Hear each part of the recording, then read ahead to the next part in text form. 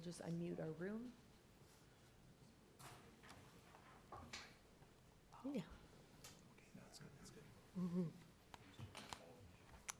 That's good.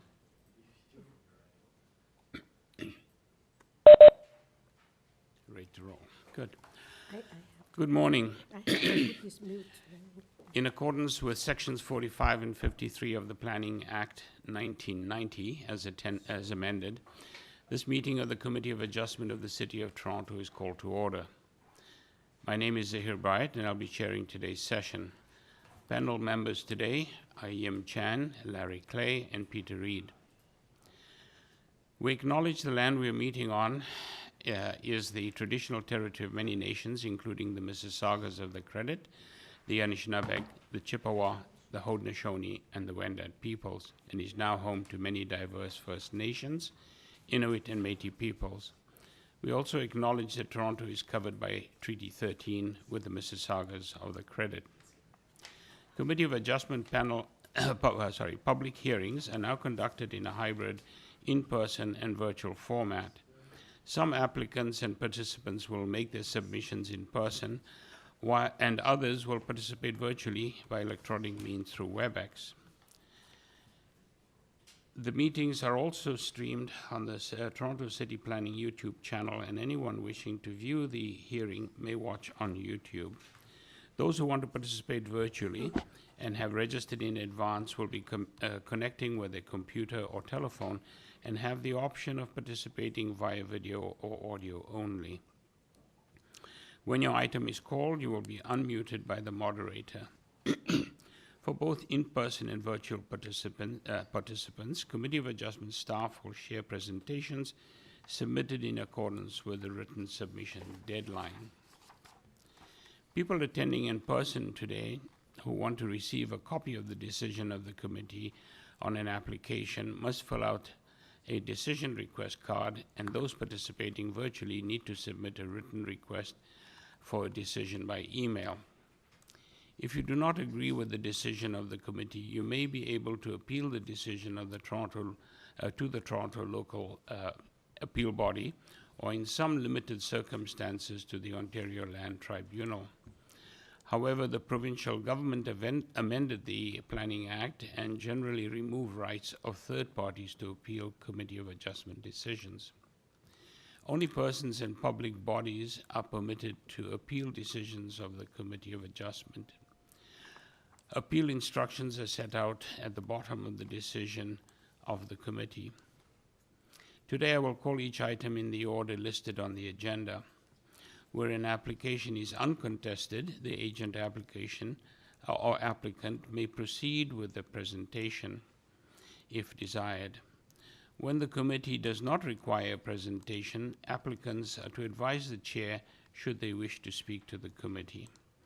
The committee may ask questions and/or take the matter into committee for a decision. Each speaker, including the applicant, will be given a maximum of 5 minutes to address the committee. I will comment when you are reaching the 5 minutes.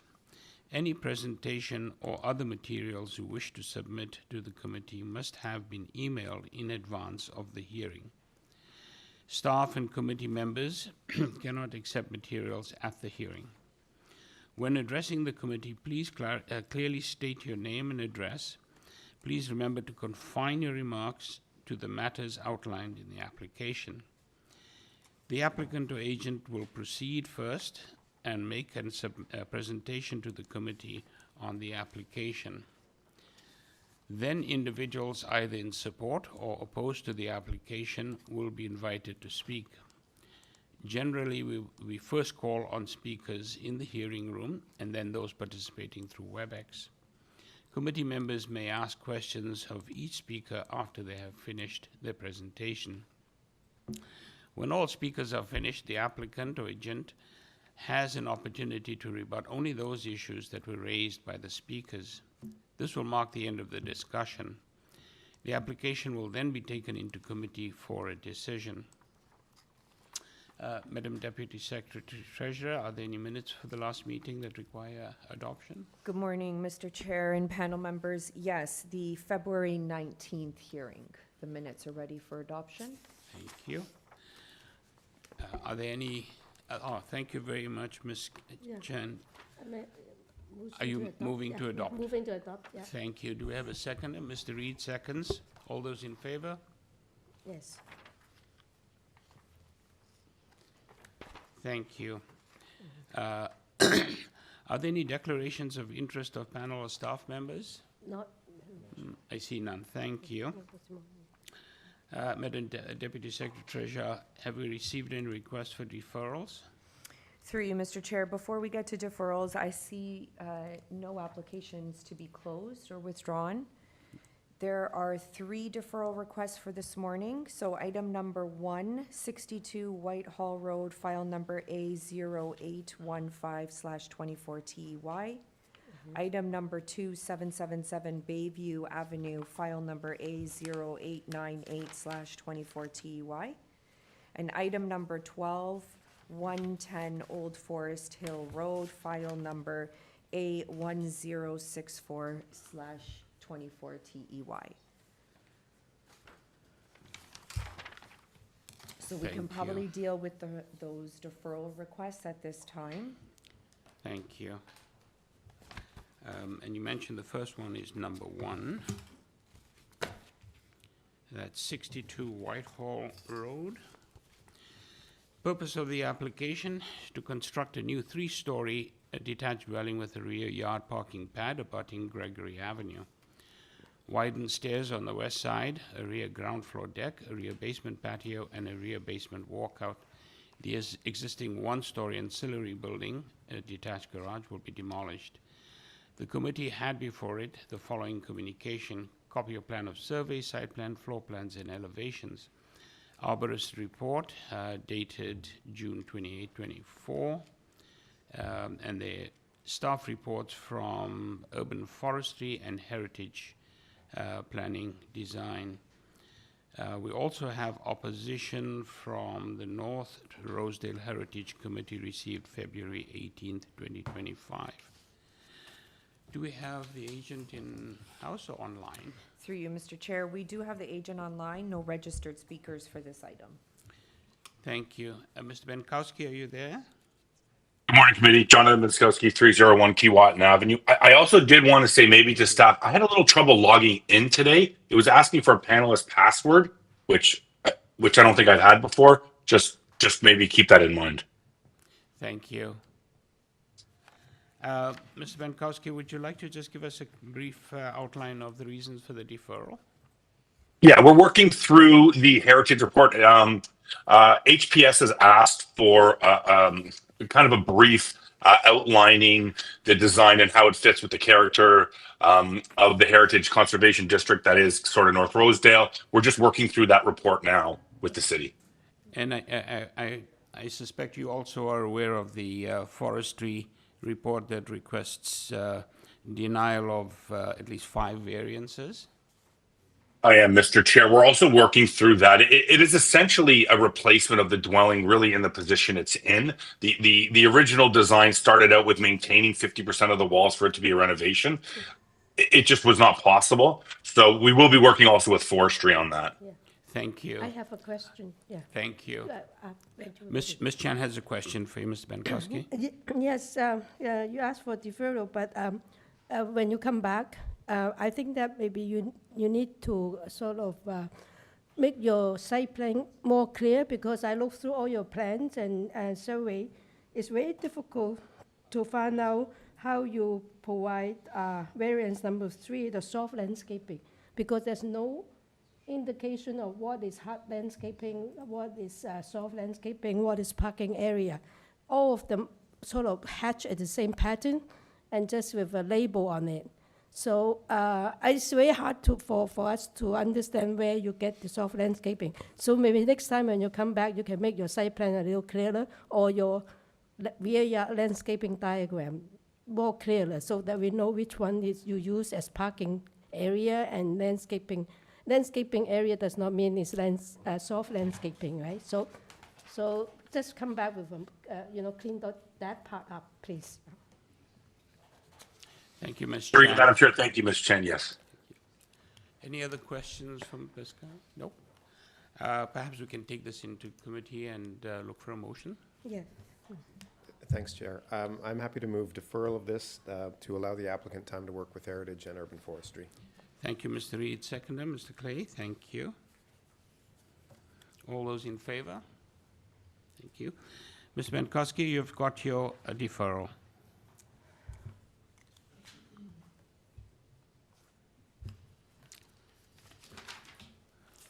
Okay, and the second deferral, Madam Chair, was Item number 2. number two is, pardon me, thank you. Number 2, 777 Bayview Avenue. Purpose of the application to legalize and to maintain the location of prefabricated buildings, Building 1, Building 2, and Building 3, that have sidewalls fronting Bayview Avenue. The committee had before it the following communication: copy of plan of survey, site plan, floor plans, and elevations, 11 photographs of the subject property received October the 11th, 24, covering letter from, I think, Jamie or Jaim Thomas, agent, received on January the 8th, 2025, order to comply,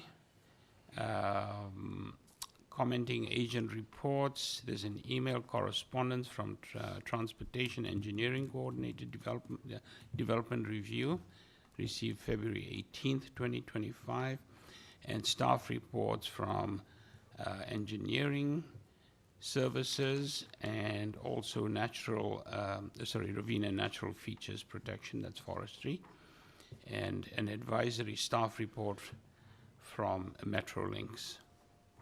Through you, Mr. Chair, we do have the agent online, no registered speakers for this item. Thank you. Mr. Merchasan, I'm sorry if I'm massacring your name. No, that's actually perfectly fine. That's Thank actually you. right. Good morning, Mr. Chair. Good morning to the Good committee. morning. I wonder if you could just give us a very brief responses to your reason for a deferral. Yes, no problem. So we're working here on a municipal site for storage site that is owned by the Transportation Department.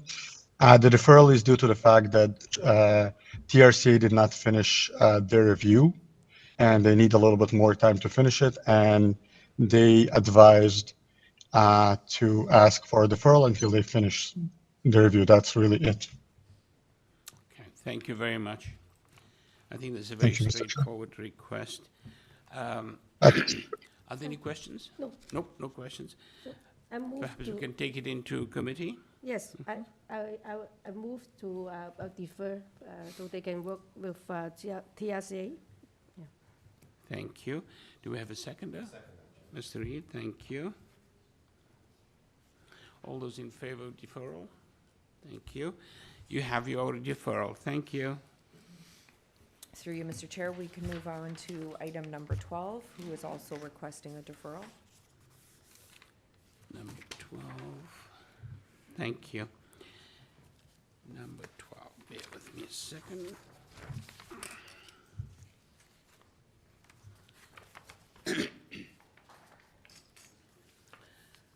Number 12, 110 Old Forest Hill Road. Purpose of the application to alter the existing 3-story detached dwelling by constructing a front 1-story addition to contain a 3-car garage and mudroom, and a rear 1-story addition.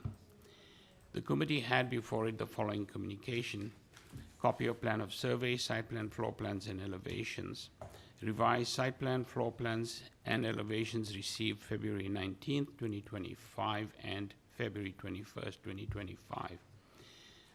There's a revised zoning notice received February 21st, 2025, and a red line public notice received February 13th, 2025. Covering letter from Lawn Rose agent received February 14th, 2025. A deferral request from Lawn Rose, the agent, received February 19th, 2025, and February 21st, 2025. An arborist report received January 7th, 2024. We also have email correspondence from Project Analyst, Third-Party Projects Review, LRT, Real Estate and Development, Metro Links. Transportation Engineering Coordinator, received February 20th, 2025. Staff report from Urban Forestry received February 20th, 2025. And an advisory staff report from Metrolinx. Through you, Mr. Chair, we do have the agent online, no registered speakers for this item. Thank you. Ms. Rose, are you online? Lorne Rose, are you there? Can you hear me? Yes, we can. Thank you. Okay, great. Thank you. Yes, Mr. Chair, we need to defer because there were some errors in the zoning review, particularly the width of the driveway. Under this front lot frontage, you're only allowed 6 meters. So we are correcting that and hope to be back and see you in April. Thank you very much. Are there any questions for Mr. Rose? No? Is there a forestry refusal on this one? We're aware of that and Yeah, we're so dealing with I that. presume when you come back, you're going to have had the opportunity to have a discussion with urban forestry? Absolutely. Okay. Thank you. Okay, take it into committee. Do we have a motion to Yes, defer? I move to defer so Ms. that we Chan, can, thank yeah, you. make the corrections and work with urban forestry here. I'll second that, Chair. Ms. Reed, thank you. All those in favor? Thank you. You have a unanimous decision to defer. Thank you, Mr. Rose. Through you, Mr. Chair, that takes us the completion of the deferral request, so now we can begin with item number 3. Okay.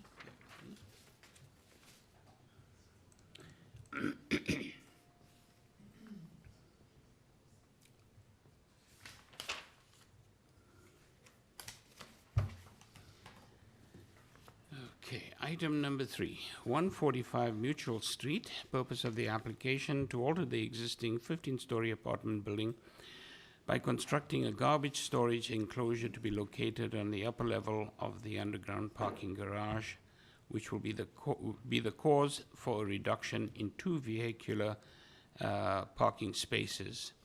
The committee had before it the following communication: copy of plan of survey, site plan, floor plans, and elevations. 3 photographs of the subject property, received January 24th, 2025. Covering letter from Luc Leo, agent, received on January 24th, 2025. We also have email correspondence from Transportation Engineering Coordinator, received February 19th, 2025. Through you, Mr. Chair, we do have the agent online, no registered speakers for this item.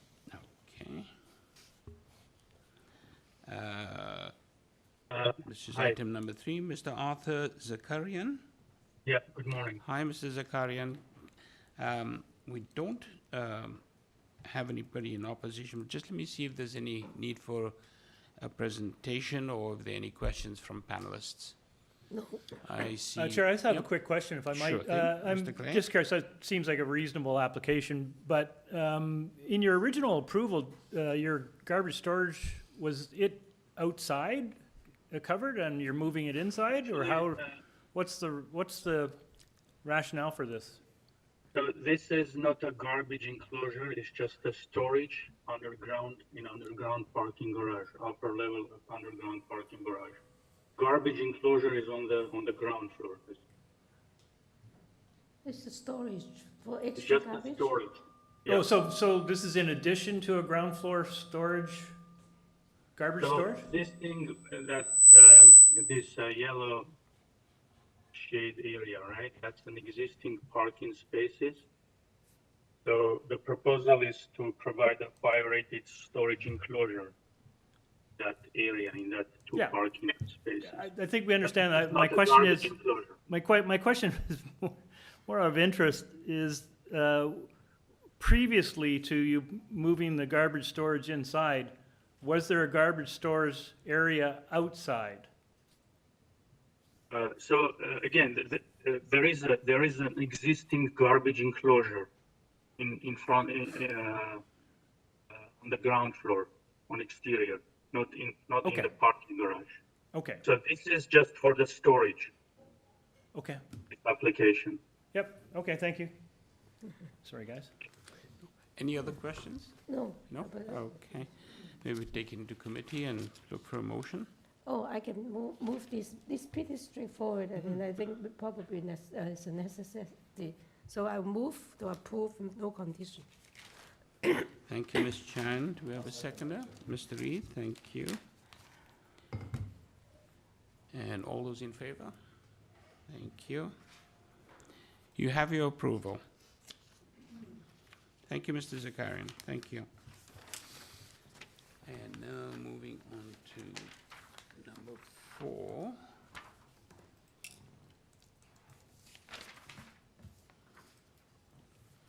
Item number 4 is 9 Colin Avenue.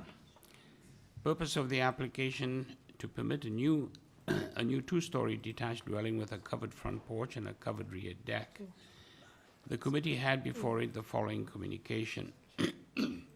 Copy of plan of survey, site plan, floor plans, and elevations. 2 photographs of the subject property received December 2024, December 19, 2024. Covering letter from the agent received December 19th, 2024. Decision numbers affecting the subject property. Permit a permit to injure or destroy trees affecting the subject property. Through you, Mr. Chair, we do have the agent online. We're registered speakers for this item. Is this Mr. Mohaddam, Martin Mohaddam? Yes, good morning, Mr. Chair. Good morning. I and hope I members of the pronounced your committee. name correctly. That's fine, yeah, Mateen McAdam. Mohaddam. Perfectly fine. I don't believe, let me just see if my colleagues have any questions or queries for you. We don't have anybody in opposition. No. Nope. I don't see any questions at all, so perhaps we'll just take this into committee and look for a decision.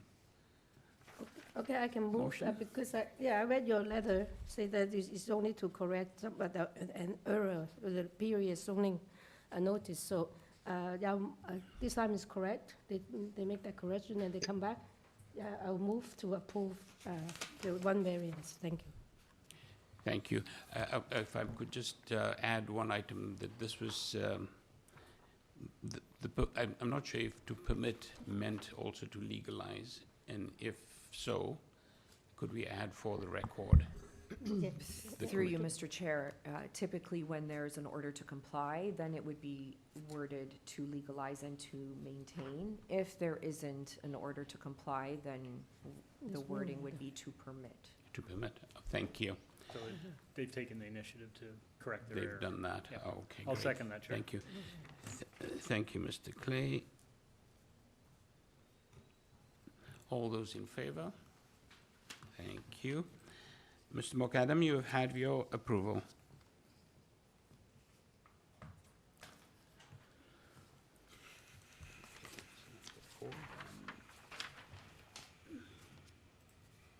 Moving on to item number 5, 235 Heath Street East. Purpose of the application to alter the existing rear one-story ancillary building by constructing a one-story west side addition with a basement level and a complete second-story addition above the entire building. This building will contain 2 parking spaces abutting Mount Pleasant Road and 1 garden suite to occupy both levels. The committee had before it the following communication: copy of plan of survey, site plan, floor plans, and elevations. Revised site plan, floor plans, and elevations received February 18th, 2025. Revised zoning notice received January 21st, 2025. 4 photographs of the subject property received November 14th, 2024.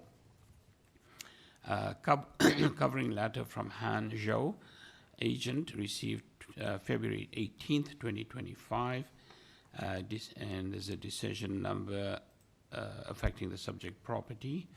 Commenting agency email from Transportation Services received February 14th, 2025. Staff report from Urban Forestry received February 20th, 2025. And Urban Forestry staff report received Oh, it's the same one, I think. It's just duplicated by the looks of it. It's an advisory one. An opposition correspondence from Sandy Beach, 338 Mount Pleasant Road, received February 19th, 2025. Through you, Mr. Chair, we do have the agent online, no registered speakers for this item. Thank you. Good morning, Mr. Zhou. Hi, good morning, Chair. Good morning. We don't have anybody in opposition. Let me just see if committee needs a presentation or have any questions for you. Any questions? Quick question, Chair. Mr. Clay, go ahead. So one of the neighbors wrote in opposition, and their concern was mostly about the setback, the property on Mount Pleasant. So are you constructing the garden suite on the footprint of the existing garage?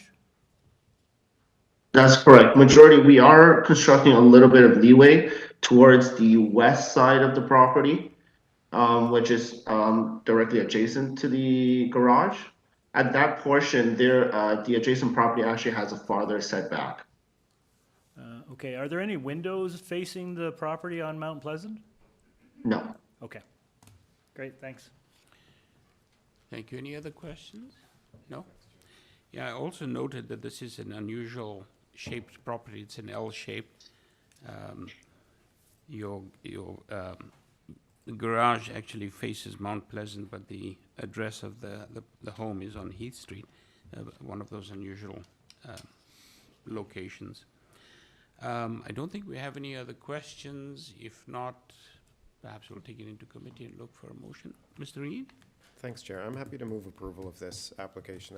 There are the 3 variances, but they are very small. The one that Larry mentioned was a bit of a concern, but the fact that that's mimicking the existing setback of the garage, I think is, will limit the impact of that in terms of the neighbors' familiarity with that situation. So I move approval subject to urban forestry condition 2. Thank you. Do we have a second? Mr. Clay, thank you. All those in favor? Thank you. You have your approval, Mr. Zhao.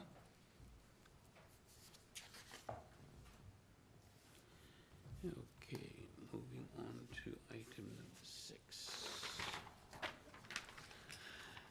Okay, we're moving on to item number 6, 182 Symington Avenue. Purpose of the application: to construct a 1-story ancillary building, a detached garage in the rear yard abutting Royce Lane. Pardon me. The committee had before it the following communication: copy of plan of survey, site plan, floor plans, and elevations, 2 photographs of the subject property received November 15th, 2024, and an advisory staff report from Metrolinx. And that's it. We have... Through you, Mr. Chair, we do have the agent here in person, no registered speakers for this item. Good morning, Mr. Halter. Good morning. Thank you for being here. Thank you. Bear with me a second while I get my act together. Certainly. Thank you. Let me just see if there are any questions. Since there's nobody in opposition, there's no Right.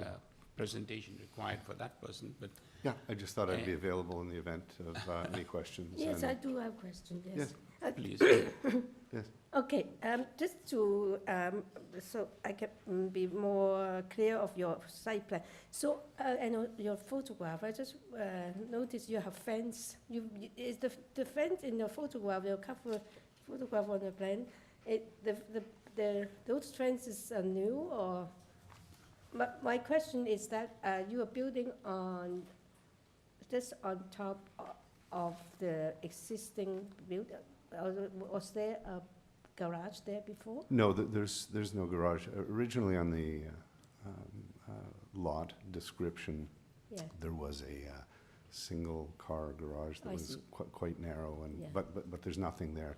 Okay. The fence is, would only be constructed to the allowable height should the neighbors have great relationships on both sides to my client. Yeah. So. Oh, no, my question is, if I see that your fence is aligned with your new garage, at the property on the north, they have some kind of existing. So on the Space, south, on yeah. the south side of the property, the actual existing building is encroaching by 6 or 8 inches onto ours, which is a condition that occurs from time to time. On the north side, as you see from the view, there's only, I believe we pulled our building back by about 8 inches in order for the proposed future fence to fall evenly on both sides of the lot line. So what I'm concerned, if you build right on the property line, it seems that you leave too little gap for the, now you see the property on the north, they have some room to pass. This is Yeah, oh no, the property in the north has a whole bunch of room Yeah. to pass. In fact, we That's also, what I- just for the sake of drainage, on occasion, will put a weeping tile along the property line on our side of the property line in order to potentially carry any water that can accumulate on the garden side. So that's- the building itself Yeah. pulls back from the Exactly, lot that's line. my purpose, Yeah. the purpose of my question. Yep, Yeah, I just yep. want to make sure you do not make their situation No, worse. no, Okay. and they have and they're all agreeable, so thank Thank you. you. Thank you for that. Thank you, Ms. Chan. Any other questions? No? Take it into committee and look for a motion. Yes, Shan, I can thank you. move, after clear, I don't think the impact, that it will create any kind of negative impact, and that will improve the situation. So I move for approval with no condition. Thank you, Ms. Chan. Metro Link's advisory comment. Thank you. Seconder? Ms. Oh, Reed? Sorry, Peter. Ms. Reed, thank you. Okay, all those in favor? Thank you. Thank you for coming down, sir. We Thank have you a very much for unanimous hearing vote. this. Thank you. Thanks, committee. And moving on to item number 7.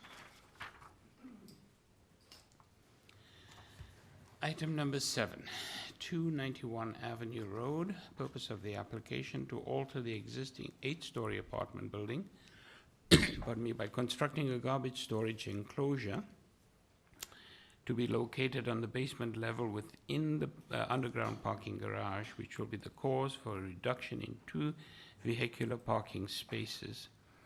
The committee had before it the following communication: copy of plan of survey, site plan, floor plans, and elevations.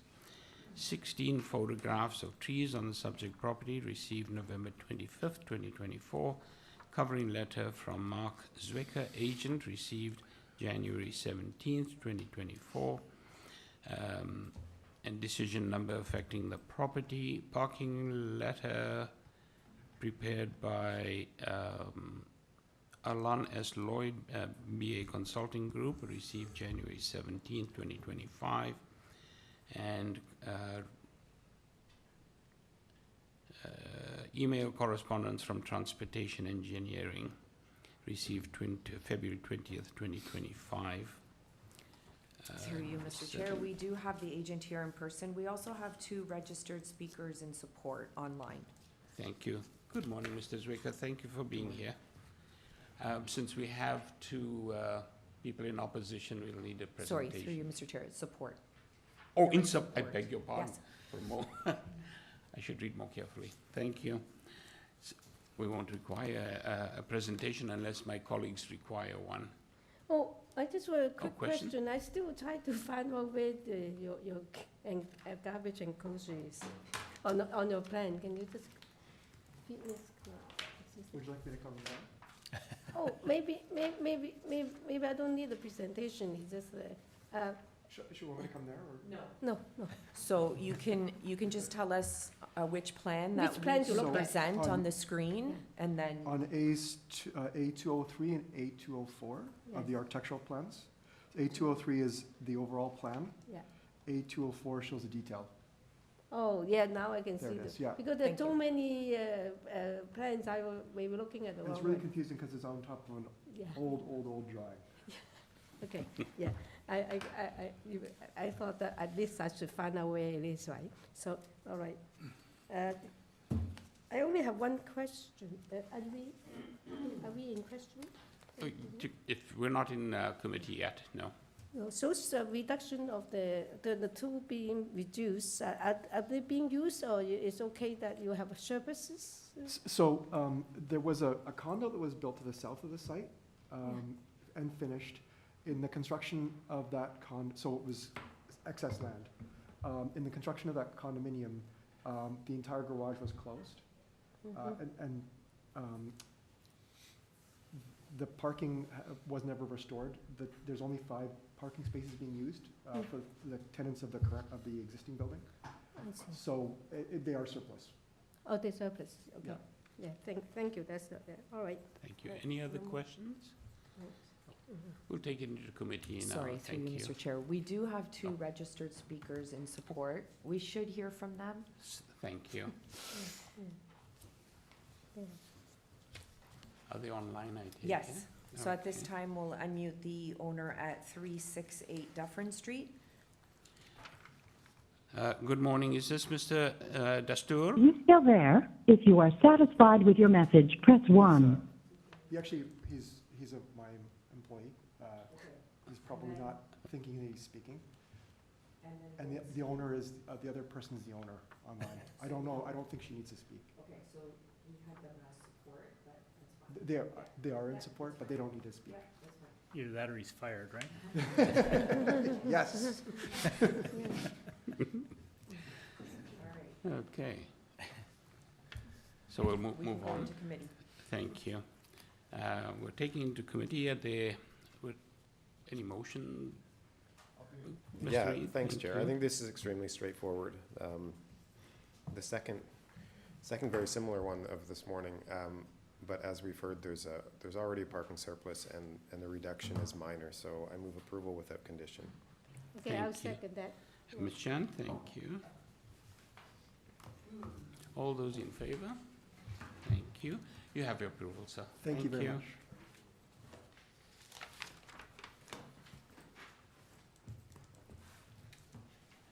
Okay, 7 and number 8. Moving on to item number 8.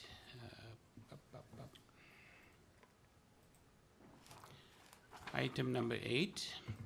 The purpose of the application to alter the existing 2- and 1.5-story townhouse dwelling by constructing a rear 3rd-floor addition with a rear 3rd-floor deck above the 2nd floor. Also to construct a new 1-story ancillary building detached garage in the rear yard abutting the laneway. The committee had before it the following communication: copy of plan of survey, site plan, floor plans, and elevations. 2 photographs of the subject property received December the 2nd, 2024, decision note number affecting the subject property. We also have staff reports from transportation and urban forestry, and an advisory report from Metrolinx received February 19, 2025. In addition, there's support correspondence from Alex, no surname provided, in 116 Langford Avenue, received February 18th, 2025. We also have 3 form letters in support signed by owners and occupants of 118, 122, 126 Langford Avenue, received February 18th, 2025. Through you, Mr. Chair, we do have the agent online, no registered speakers for this item. Tasneem Badruzama, are you there? Yes, good morning. My name is Good morning. Tasneem Badruzama from Replacement Design at 160 The Westway, Etobicoke, representing the owners of 120 Langford Avenue. Thank you. We don't have anybody in opposition, but let me just see if my colleagues have either questions or require a Yes. presentation. I Ms. do have a Chan? question, yes. It's to do with the transportation staff report. They require, their condition to require you to pull back all the structural elements with a rear setback upon 9.8 meter. Can you do that? Will you be So able we to- would be, Yeah. sorry, we would be able to do that, but if maybe you could pull up the presentation that was submitted in the late material. I can just go over transportation's response to when we questioned this requirement of the setback. No, my question is, that's what they request you to do, the condition.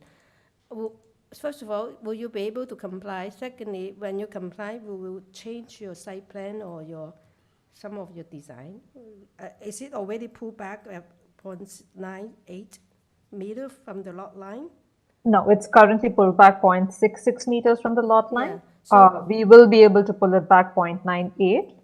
However, in correspondence with transportation, they do say that this is a recommendation that they request as part of the standard approach, and they have to stay consistent with their approach, even if we are rebuilding within the existing footprint of the garage, which is what the case is over here.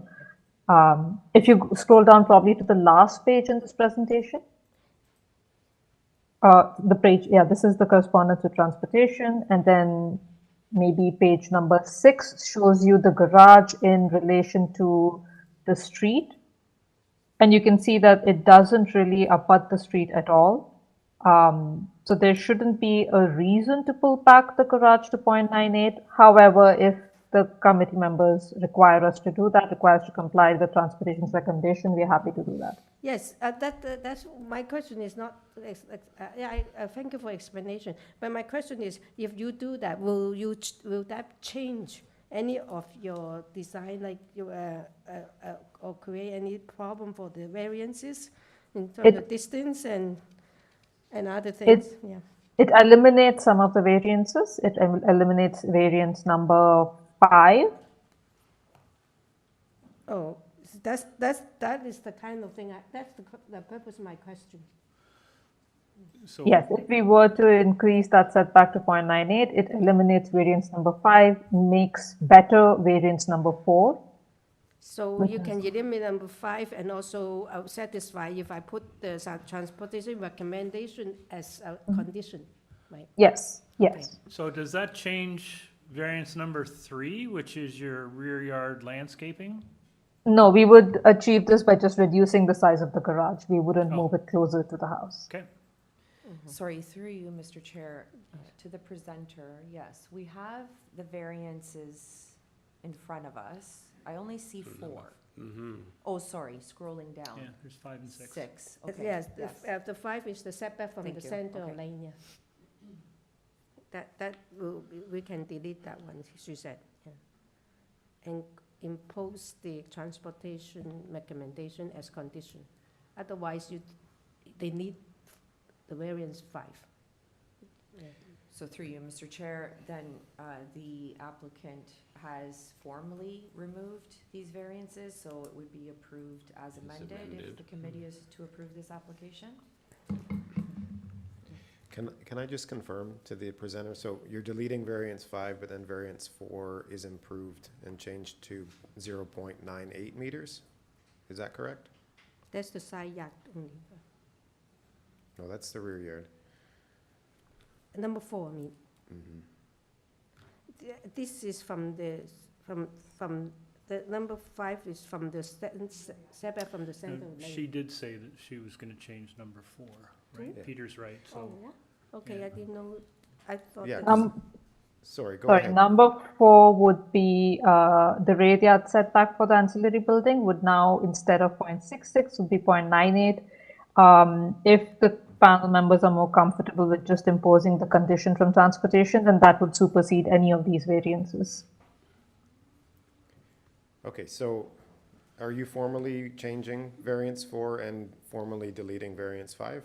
Yes, please, yeah. Okay. We're okay with that. Thank you. I have a question. I do not think you're allowed to do that change on number 4.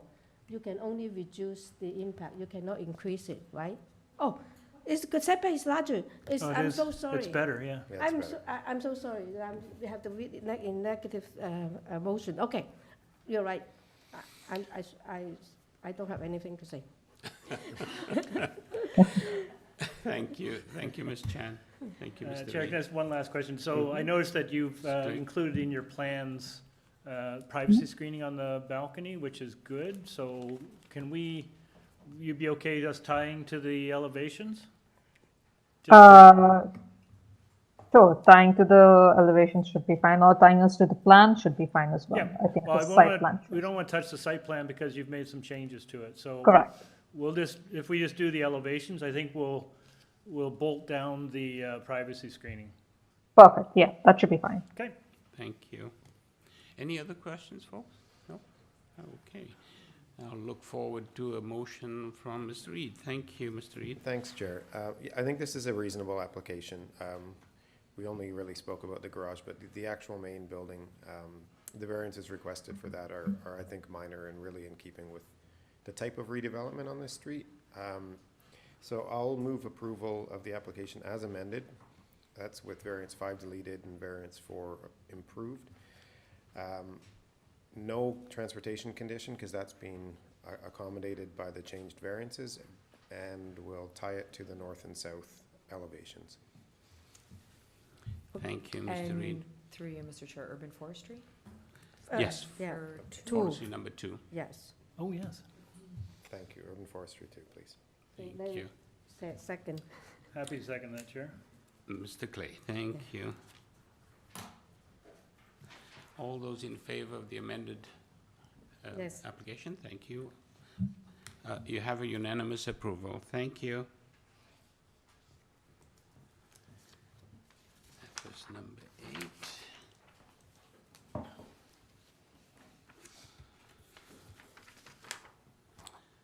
Moving on to application number 9.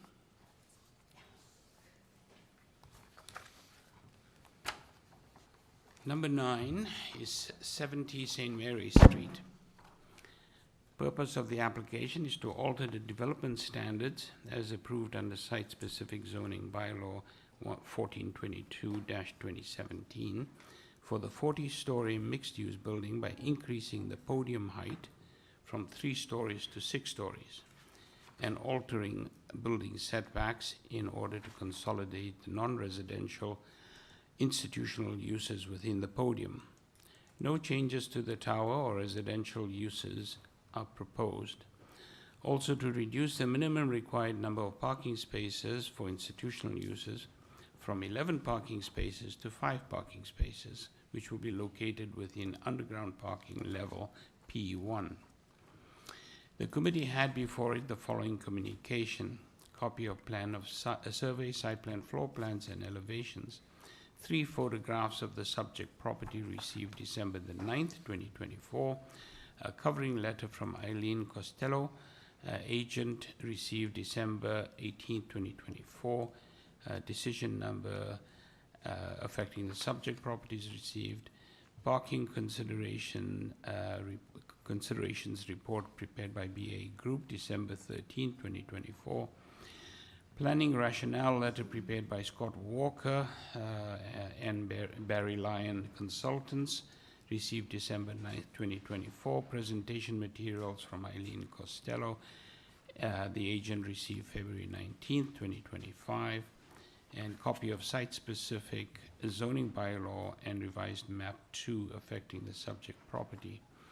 We also have email correspondence from Transportation Engineering and support correspondence from Brenda Sweeney, University of St. Michael's College Alumni Initiative for Women, received February 19, 2025.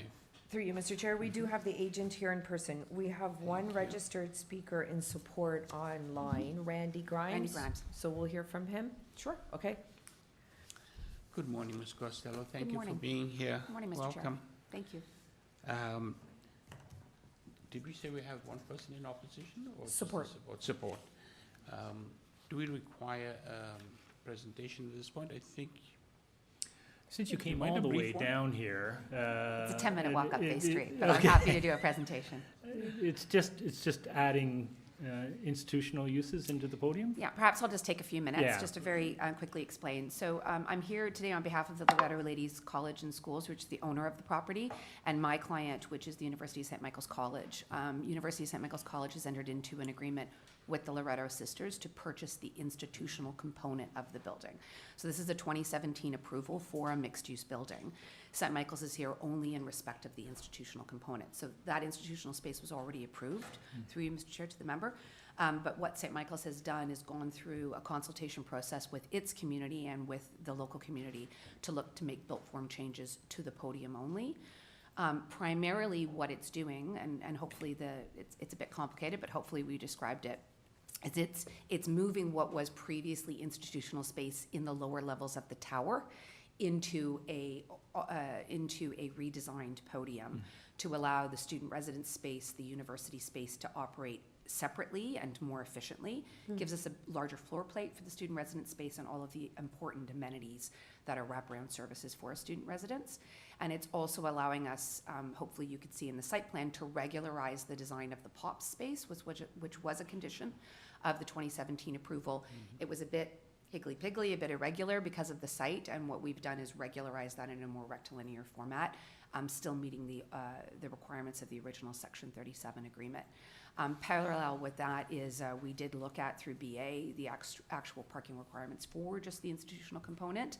So in addition to the changes to map 2, which were the built form changes, we're seeking a reduction in the parking from 11 to 5 spaces. So that's really what we're doing. I think the part of the key components of the change to the podium is, although we're increasing the height is now consistent with the existing building on site, which is a 5-story large institutional building. And what we've done is we've pulled the setback of the podium to the north back 5.5 meters. So although we've gotten taller, we've actually pulled the height back, which allows us to introduce north-facing windows, which obviously is a real improvement for the student residence space. So perhaps I'll stop there and just see if there's any questions, Mr. Chair. Ms. Chan?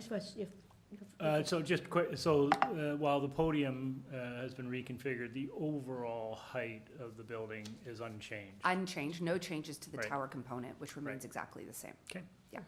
Oh, my very quick question again. Those from 11 to 5, right? It's quite a big, in terms of proportion, it's quite a big number of reduction of parking. Are these for institutional use? Are these for staff, or what is actually used? So. Yeah, thank you very much, through you, Mr. Chair, to the committee member. Yes, so the institutional spaces are not spaces for students. Those are spaces for support staff and staff who will be using the institutional space in the building. It's important to recognize that change and reduction is actually consistent with the city's new comprehensive zoning bylaw, which is why you've got an indication of support from transportation staff. Also, you know, the location of this property immediately adjacent to Bay Street and within walking distance to so this is, subways. you just the less fewer staff can park there, right? That's what okay. And it's also because it's going to be run and used by the University of St. Michael's College. The college has other parking and other facilities elsewhere within its own campus. Yes. Okay. Thank you. Thank you, ma'am. Thank you very much. Any other questions, folks? No? Are we ready to move into? Through you, Mr. Chair, we Sorry. could hear from the support. The support, sure. Not sure we need to, Chair. Sorry. Not sure we need to. Do we really need to? Through you, Mr. Chair, they have registered. Randy Grimes? It's always nice to hear some Yeah, support, sure. not No always trouble. opposition with the committee. Exactly. And they probably don't need the full 5 minutes. No problem. It's not often that people are calling in to support me when I'm here, so it's a nice experience for me to have. Is this an employee? Pardon me? Is this an employee? He is not an employee. No, Mr. Grimes is the agent for the Loretto No, he sisters. doesn't. He's an employee. And but- rarely listens to me anyhow, but so. I'm sure he doesn't have a car.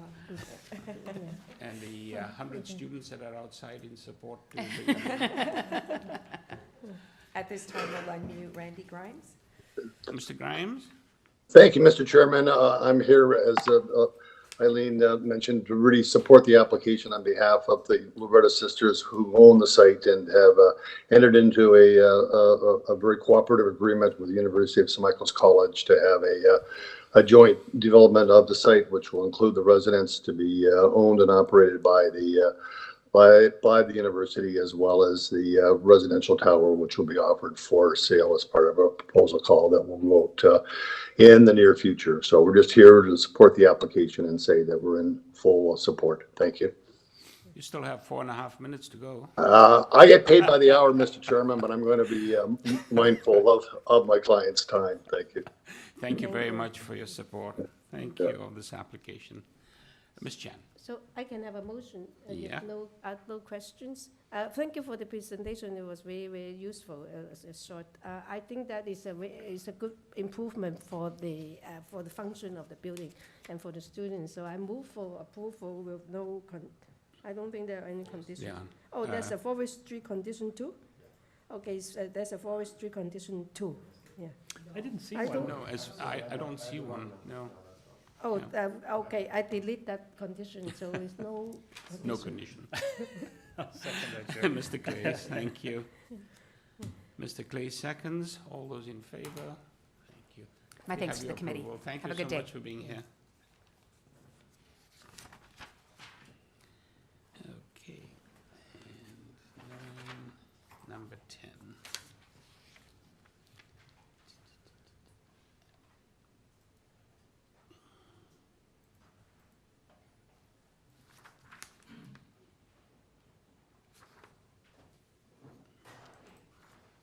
Number 10. Okay, moving on to item number 10, 23 Ellis Park Road. Purpose of the application to alter the existing two-story detached dwelling by constructing a hammerhead driveway, a new canopy above the front porch, rear ground floor decks, a rear basement walkout, and a rear second floor balcony.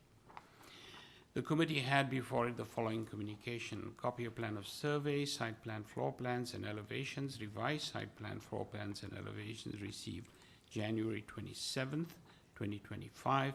4 photographs of the subject property received December 6, 2024. TRCA permit number and permit revision letter affecting the subject property received January 27th, 2025. Presentation materials received from the agent on February 10th, 2025. Commenting agency reports, staff reports from engineering services, TRCA, February 18th, 2025. And also from Supervisor Ravine and Natural Features of Urban Forestry, received February 20th, 2025. We also have correspondence in support from 29 Ellis Park Road, 21 Ellis Park Road, 10 Grenadier Ravine Drive, and I think that's it, just support letters. Number 10, do we have the agent? Oh, the agent's right here. Hi, good morning. Thank you for Through you, being here. Mr. Chair, sorry, there was a second page on that one. Oh, it does say see next page at the bottom. Sorry, there we go. Thank you.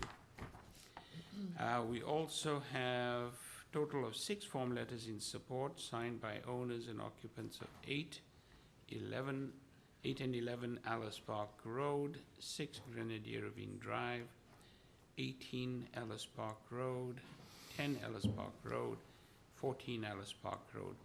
We also have correspondence in concern and interest from Nicholas Singh, Swansea Area Ratepayers Association, received on February 24th, 2025.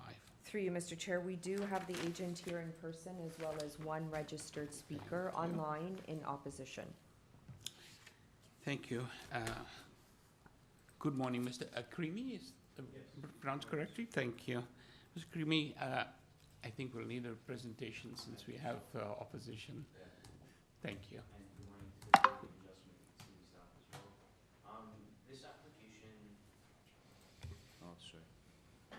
so I guess it's important to note, the owners recently acquired this property, and the immersion within the lush natural environment is why they paid a premium for it within Toronto real estate.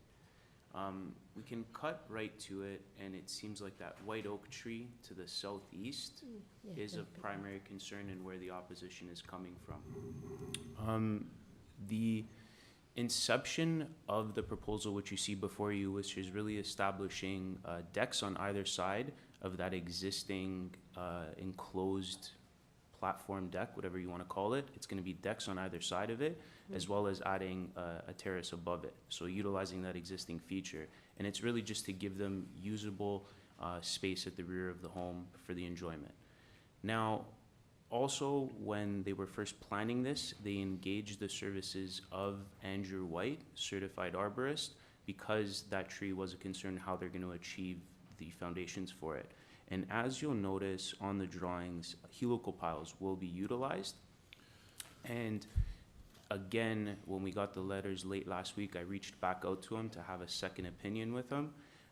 His services will be engaged during the construction, whereas a root investigation will be performed first to see where we have large root structures, and then the helical piles will be able to be located outside of where existing root structures are, and if anything, extending the beam at the south end of the deck to avoid roots.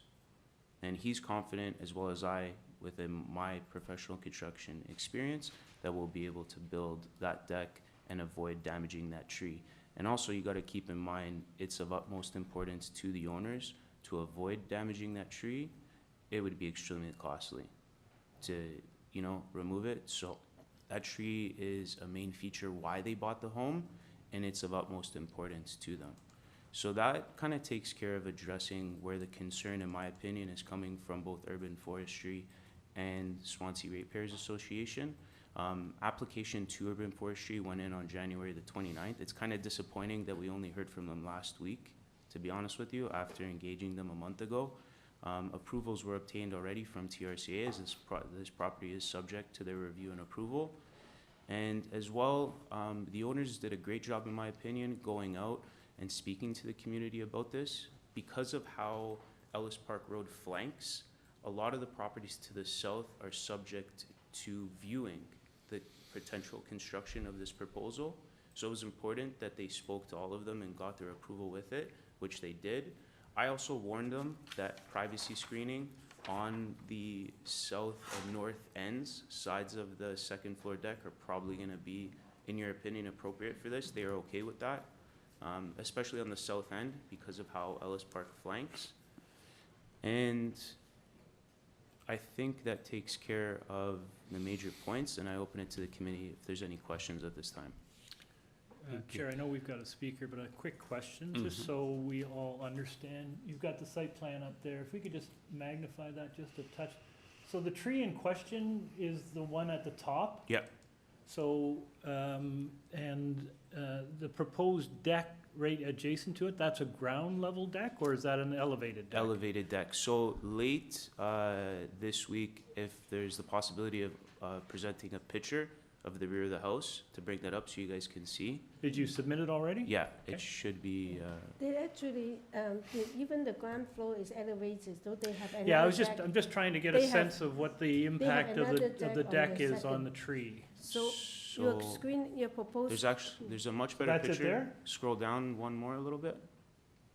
That right there is the platform, is that kind of modified enclosed deck that I was talking about, and the tree is just to the left of that picture.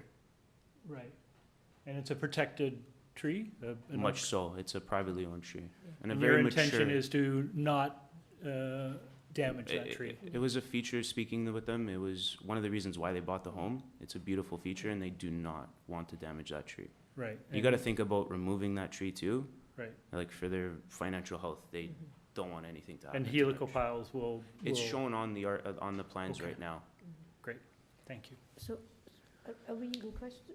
So I have Question. just to clarify, when you mentioned that you're proposing to screen the south side of both decks, or the ground floor and the second floor? So it's not shown on the plans. I joined the project a little bit later. No, it's fine. When I just did want- meet with them, I told them that it's something that the committee may impose Yeah. as a reasonable, Okay, the both measure. decks, right? That's what I want to, yeah. just the second floor deck. That's the higher one, okay. Yeah. So, because the north-south is a little bit obscure, when you say south, is the side that next to number 21. That's what I want. Correct. Not one, because it's actually at about, Yeah. you can say that as a, well, Yeah, I know, because it- west, yeah, I know west what side. you mean. Okay, so it is the side that next to the, adjacent to number 21, okay. Correct. and the second floor deck. Thank you. Thank you very much.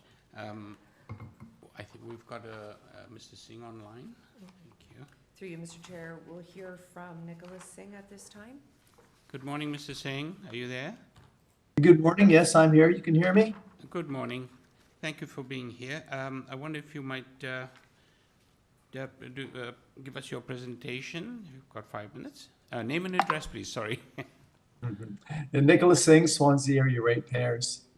Given the comments just made about the tree, we defer really to urban forestry, and our concerns are in conjunction with their letter.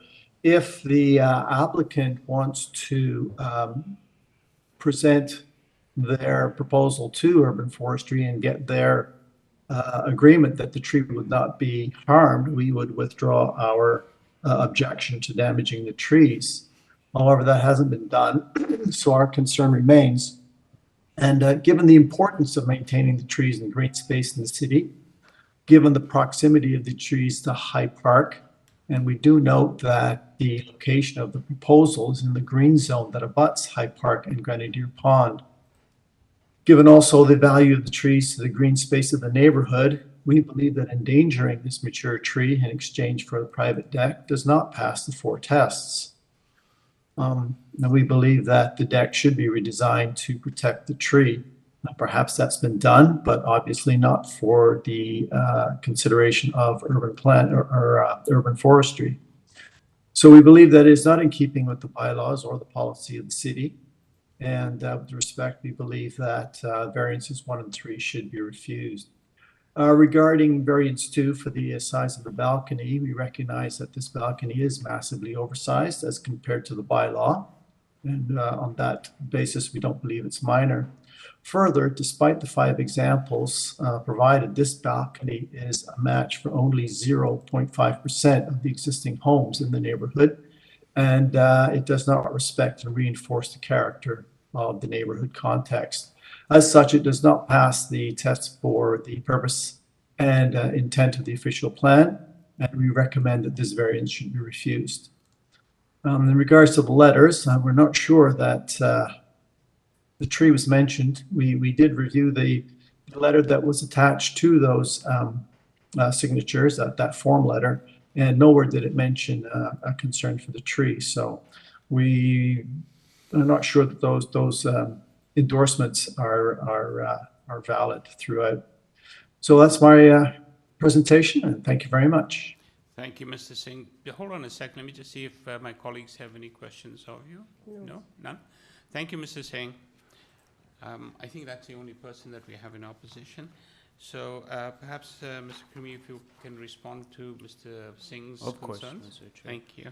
There were a couple of concerns that came through that presentation. It was the tree, it was compatibility for that 2nd-story platform deck with the existing urban fabric of the community, and if the proposal had regard in design for the tree.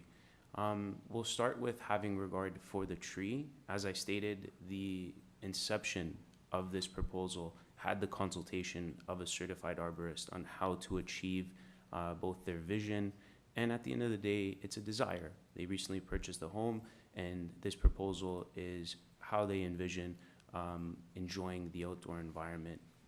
And the regard was had by introducing helicopiles, which is the only way to achieve the structural stability of that deck. And as the review stated last week within the arborist letter, which is submitted late, his services will be retained during the construction. One of the first things that will happen here is a hand-dug root investigation as to identify where the major root systems are.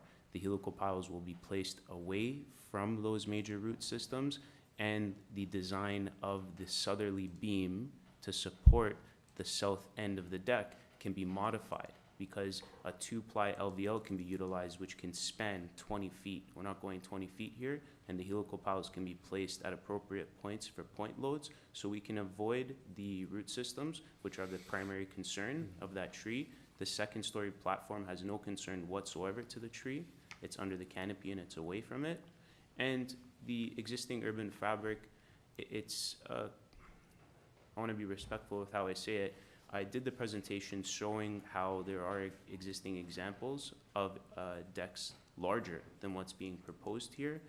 This isn't something egregious, and it was something that I wanted to show you that this proposal is palatable, that there are other examples within the community larger than this, and as you can see, an existing structure is being utilized to create that second-story platform. So it's not something newly being built, and it's an existing feature of the home. There's actually a door already that walks out onto that roof. It's kind of formalizing it as a second-story deck. It's already being used like that. This proposal formalizes it and legalizes it. And the community was made aware of it. As I stated, the homeowners chose to invest into this neighborhood and this property at, as I stated, at a premium value compared to Toronto real estate because of the natural environment. They truly respect it. As they were going around to the neighbors, the drawings were with them. I told them to instruct the neighbors on how they were going to be building it, and they did that. So the community is aware of the tree, of this proposal, and are supportive of it. Thank you very much. I'll just see if my colleagues Question, have any questions. just on the helical piles, are they going to be hand dug? No, they're machine dug, so you can't do hand dug applications for the loads. It's done with a very small 3 by 3 foot machine on tracks. But as I stated, the first thing that's going to be done is a root investigation. Okay. So it's the major roots that are over 4 centimeters in diameter per the arborist letter that have to be avoided at all costs and will be. Okay. Because of the use of a 2-ply LVL beam, 11 7/8, we can span up to 20 feet. Right, so if you come across a route, you'd be able to Move the alter the helical pile. design of the piles Just and, move it. and the engineering for the deck. Keep the line of the LVL beam Right. and just move the helical pile outside of Okay. where that root is and extend the beam if need be. Thank you. Makes sense. Mr. Reed? Thanks, Chair. I have a question about the driveway, the hammerhead driveway in the front. I see it's mostly, almost entirely in the public right-of-way, and usually we have comments from transportation when this happens. It's not a very common occurrence. Can you talk about that, if you've had any conversations? I'm happy you brought that up. It's Okay. probably something I should have spoke about in the presentation. I said I'd join this project a little bit later. That was one of the first things I caught, that it's in the public right away and there were no variances for it, because zoning review can't issue a variance. Speaking to traffic management services, they will not grant any sort of permit for that parking pad. I've advised the owners that they can't have it, long story short. So instead of revising drawings and confusing you, I just wanted to have that conversation that they will not be installing that hammerhead portion because it is in the right-of-way, and transportation services won't support it because there's an existing driveway and existing garage. Okay, that's good to hear, because that was actually one of my concerns. So are you fine then in the purpose of the application if we remove that by, there's a, I don't know if Yeah, you can by just all pull means. that up. Remove the portion that says by constructing a hammerhead driveway? By all means. Okay, thank you. Yeah, so that would be an amendment to the purpose. Yes. Thank you. Any other questions or comments? No, thanks, Joe. Ms. Chan? No, I'm fine. No? Yeah, Okay. You have a TRCA permit already? Yeah, right? so there was an that's right. original submission, and then it was revised when the driveway location was revised, and they issued permits on both cases, and the permit fee has already been paid as well. Okay. Yeah, I do notice that they have quite a number of regulations you have to comply with under the permit. Yeah, with a property like that, it kind of Yeah. comes with the territory. Thank you. Thank you. And I think you obviously are aware of the forestry indication report that says deny And like I variances said, 1 and 3. a permit went into them already January that's- 29th. Like an application went into urban forestry already January 29th, so. Have they removed that particular, those two conditions? No. They haven't? They have Okay. not. But I think the forestry report does indicate that should the application be approved, then It's low, it's at the, forestry number 1. it's at the bottom of the report. If the Yeah. committee chooses to approve, it's invoke the application to injure or destroy a private tree, as well as a permit possibly for any landfill That's being right. brought in, and that's gonna be on their review, which no fill will be brought in part of this project. Okay. I think the other interesting aspect of your project is the use of the helical piles that can be relocated to accommodate construction. It's the only way to interesting. do it within a property like this with the mature roots that are in place. You can't hand dig because you're going to be hitting a root every 2 minutes. Helical piles are the only way to do it with the oversight of the arborist. So do that hand dig scenario first, lay out where the piles are going, and make sure we don't hit any major roots. Thank you. Any other questions or comments? No. None? Perhaps I could take it in committee and look for a motion, Mr. Sure, Clay? I'd like to start on this one. I live not far from this property, so I'm pretty familiar with the site. Was actually, frankly, supportive of the driveway configuration because I know that hill.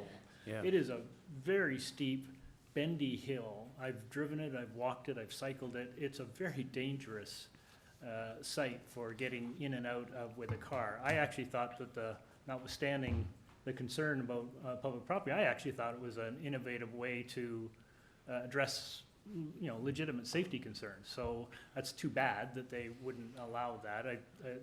I'd pursue that if I was you and see if they can't provide you with a little bit of relief. And the site is a prestige site. It backs onto the pond.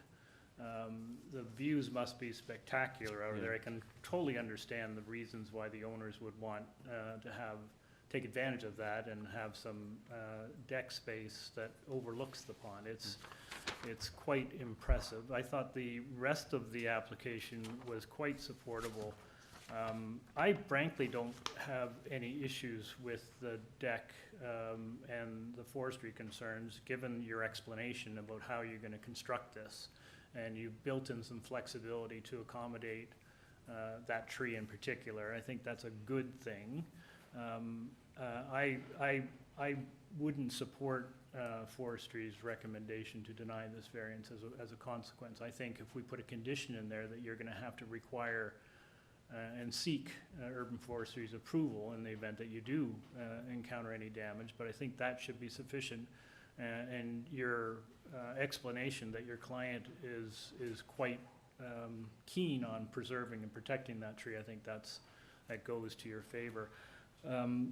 For those reasons, I think this is quite a impressive and supportable application, and I think it's a good one.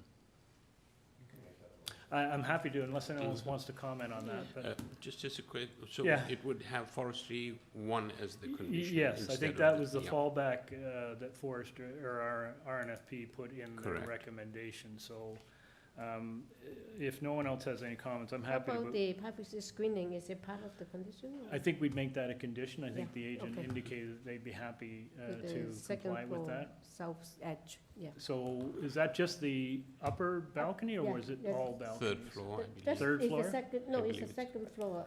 Second floor? Second. Yeah. It looks All like right, it's so third, but it's I'll second. move approval of this application, subject to forestry condition number 1 and condition that the upper balcony has privacy screening on the north and south sides. I don't think there are any other conditions, is there, Peter? It's- The amended an application, amended thank you, one. Peter. I'm not too sure you need to have the north. Isn't the north is the of the building side? There's some I think kind the of agent structure. indicated that he'd be happy to do both, so I think we should take him up on it. Oh, no, what I mean is there's a wall there, isn't it? Let me look at it. I spoke to the owners already about it. Through you, They're- Mr. Chair, we'll have to come out of committee. Yeah. Okay, now you can respond.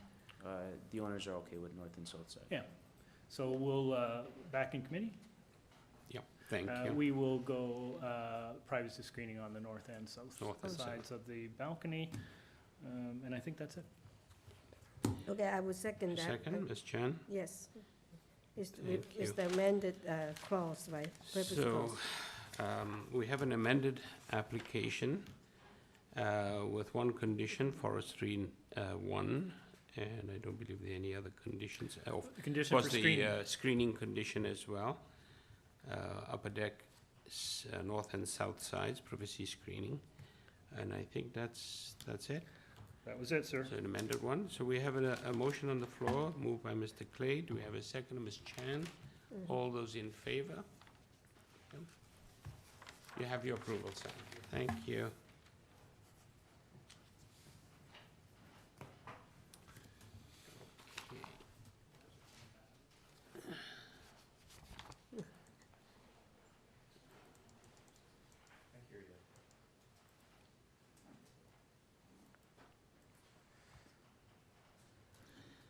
Moving on to item number 11. Item number 11 is 147 Roxboro Street East. Purpose of the application is to alter the existing 4-story semi-detached dwelling by constructing an extension to the existing rear deck. The committee had before it the following communication: copy of plan of survey, site plan, floor plans and elevations, 9 photographs of the subject property received December 10th, 2024, email correspondence from the agent and staff from Heritage Preservation Services, dated January 9th, 2025. We also have staff report from Urban Forestry dated February 20th, 2025. Through you, Mr. Chair, we do have the agent online, no registered speakers for this item. Oh, thank you. Ms. Clarkson, are you there? Yes. Hi. Hi, good I morning. am. Good morning. Good morning. I think it's still morning, yes, still 11. One more hour. Thank you. Let me just see if, since we don't have anybody in opposition. Oh, that's right. Thank you very much, Mr. Clay. Could we get your name, full name and address, please? Yes. Yes, it's Kira Clarkson. Thank you. Kyra Clarkson, and the address is 287 Brunswick Avenue. Thank you very much.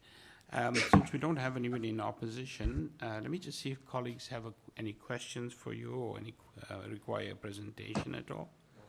Okay. No. None? Yes. It looks like we have a clear sailing from here. So let me go and move into committee and see if we have a possible motion on this particular. Chair, any thoughts? I'm Yeah. happy to bring a motion. I was just wondering if there was, sorry to interrupt, Mr. No. Reid. I did make a note. I was just wondering if there's any need for privacy screening on the east and west sides. I think the They have drawings are fence showing already. that. It's already in They, place? yeah, if you look at the elevation, A702, they have some quite tall fence, but step down and it Oh, goes some that's fence. right, Yeah. right. Yeah. Great, thank you. Sorry, Mr. Reid, for No, interrupting. thanks, Chair.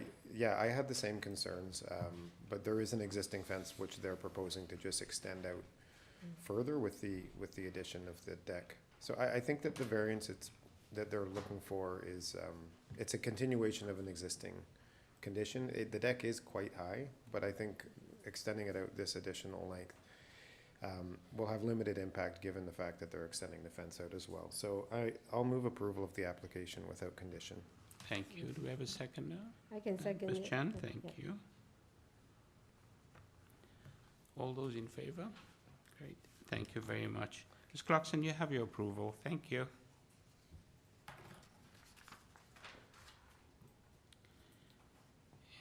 And now,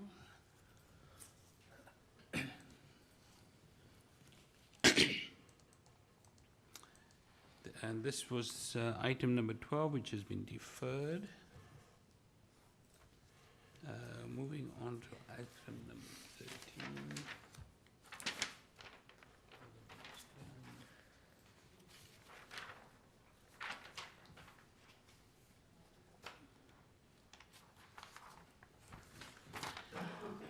Item number 13. Item number 13 is 32 Bousted Avenue. Purpose of the application is to construct a new 2-story detached dwelling with a front covered porch and a rear ground floor. Also to construct a new 2-story detached ancillary building to contain 1 parking space and 1 garden suite, which will occupy both levels, with a 2nd-story east side terrace. All existing structures will be demolished. The committee had before it the following communication plan: a copy of plan of survey, site plan, floor plans and elevations, 11 photographs of the subject property received December 17, 2024, and a covering letter from the agent received February 23rd, 2025. Through you, Mr. Chair, we do have the agent online as well as 2 registered speakers in opposition. Thank you. Good morning, Mr. Smith. Are you there?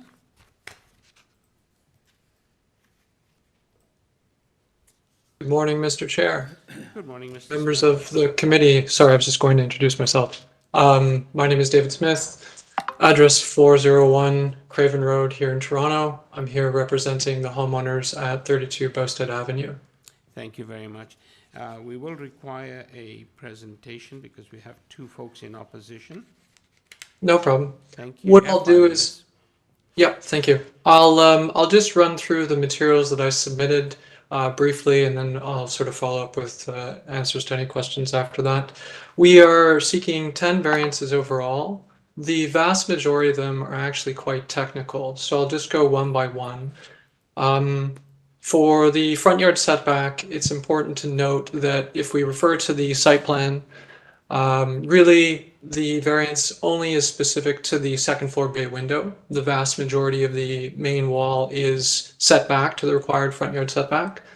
For variance number 2 with regards to FSI, although we are seeking a variance above what's permitted, I've submitted examples within the neighborhood that demonstrate that we are well within what's been approved in the past. It's also worth noting that city planning never came back with any concerns or has submitted any kind of report. So I think it's fair to say that we're in line with what the property can withstand. For variances 3 and 4, these are actually probably the most technical. The building was designed to adhere to the 0.45 meter setback, and we were actually looking for just a variance to allow for openings with fire shutters above them at the 0.45, because obviously typically you need you're allowed openings at 0.9. As we plotted the proposal on the proposed lot, we found that it was actually an irregular shape. So this is why you'll notice the setbacks in the building are all a bit skewed off of 0.45 meters. The actual variance for number 3 is specific to the brick that we are returning around both sides of the front facade. It's just a decorative architectural detail. And so this brick thickness is what's pushing us to 0.37. And you'll notice that on the site plan, perhaps if staff could bring that up. It's in the southeast corner, which is sort of the closest corner of the building. Similarly with number 4, this is the same irregularity. The slight skew on the property is what's pushing us very tight to the property line with regards to the eaves troughs themselves. But again, I mean, this is kind of, I'd say, pretty typical for this type of construction. With regards to the soft landscaping, it's worth noting that if we were to remove the garden suite, the rear yard would comply. And it's also worth noting that the proposed lower deck off the back is all wood, and we would have gravel with soft landscaping below it. So I appreciate it doesn't contribute to soft landscaping, but it is highly permeable, and everything below it would certainly contribute to dealing with drainage. So I think between the boulevard that we have at the front and the green space we have at the back, considering soft landscaping deals primarily with drainage and water management on the property, I'm comfortable saying that we should be able to handle anything that our building has to deal with. If we scroll down, 6 through 10 are specific to the garden suite. Again, quite technical. They all relate to the side yard setbacks, less the duplicate for the soft landscaping. So this is the same one that was for the main building. And number 10, which is the platform. For the variances, it's worth noting that aside from the east side setback, all of the variances for the garden suite actually exceed or comply with the requirements. It's only because it's a combined ancillary structure that the examiner is taking the setbacks of the garage portion, and that's what's suggesting that the garden suite is closer to the property line than it actually is. The only variance specific to the garden suite that is deficient is the one that's seeking the 0.96 on the east side. This is supposed to be the 1 meter, and we've set it in just to give us a bit more space within the actual garden suite itself. Lastly, with regards to the platform above, we've tried to nestle it on the most privatized side of the garden suite so that it has, its own little space, but it's also not imposing on any neighbors around it.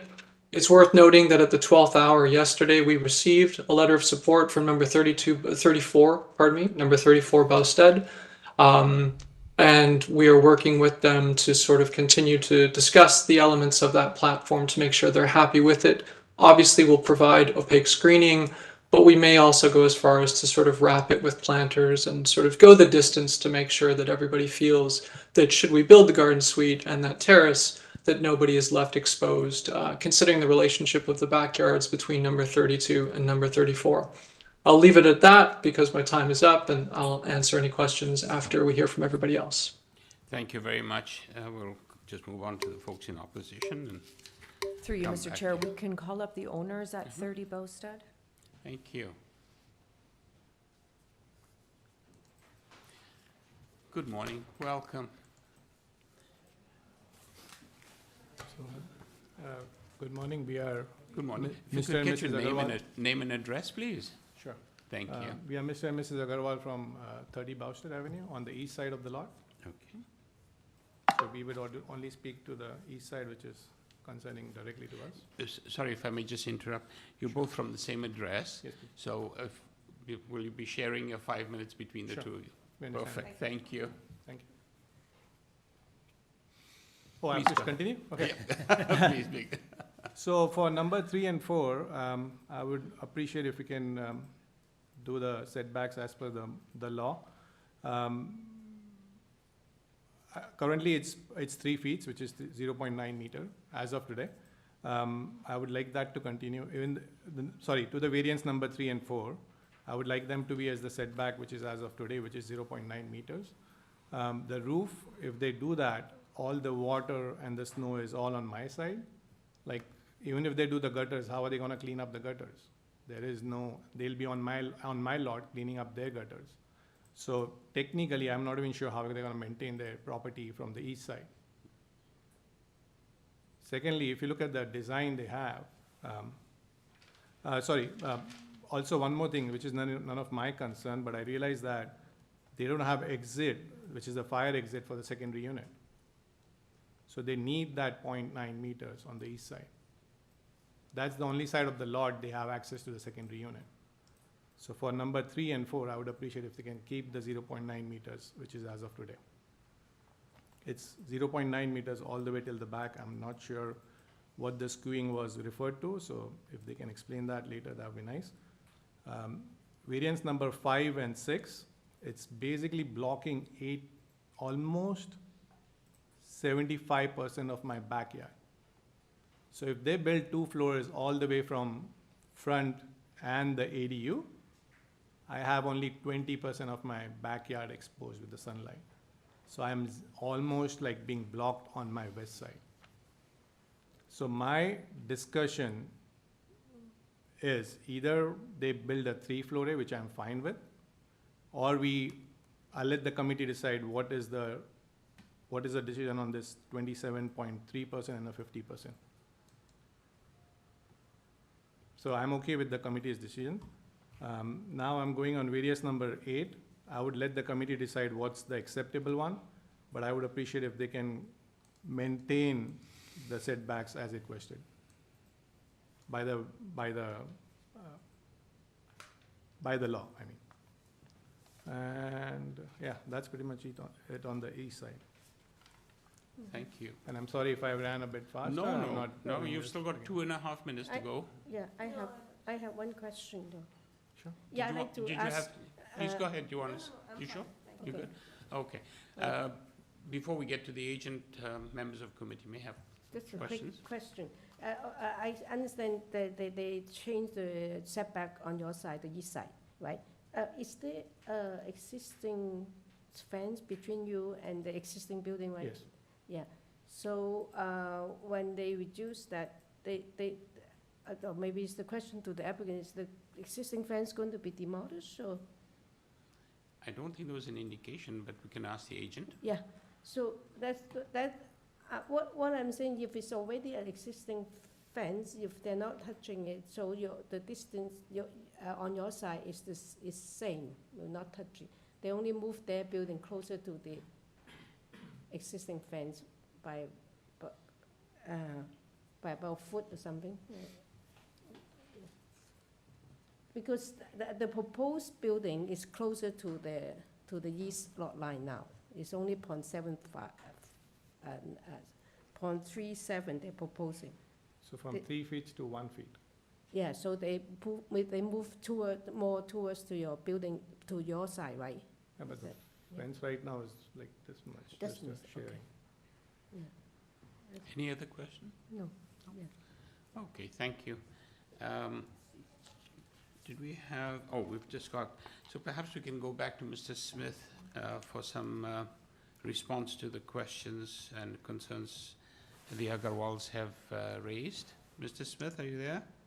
I am, yes, thank you. Through you, Mr. Chair, while staff has the site plan up, if we could try to zoom in to the property line between 32 and 30 to answer Ms. Chan's comment about the fence. So currently, there is a fence. You can see it in the dashed line.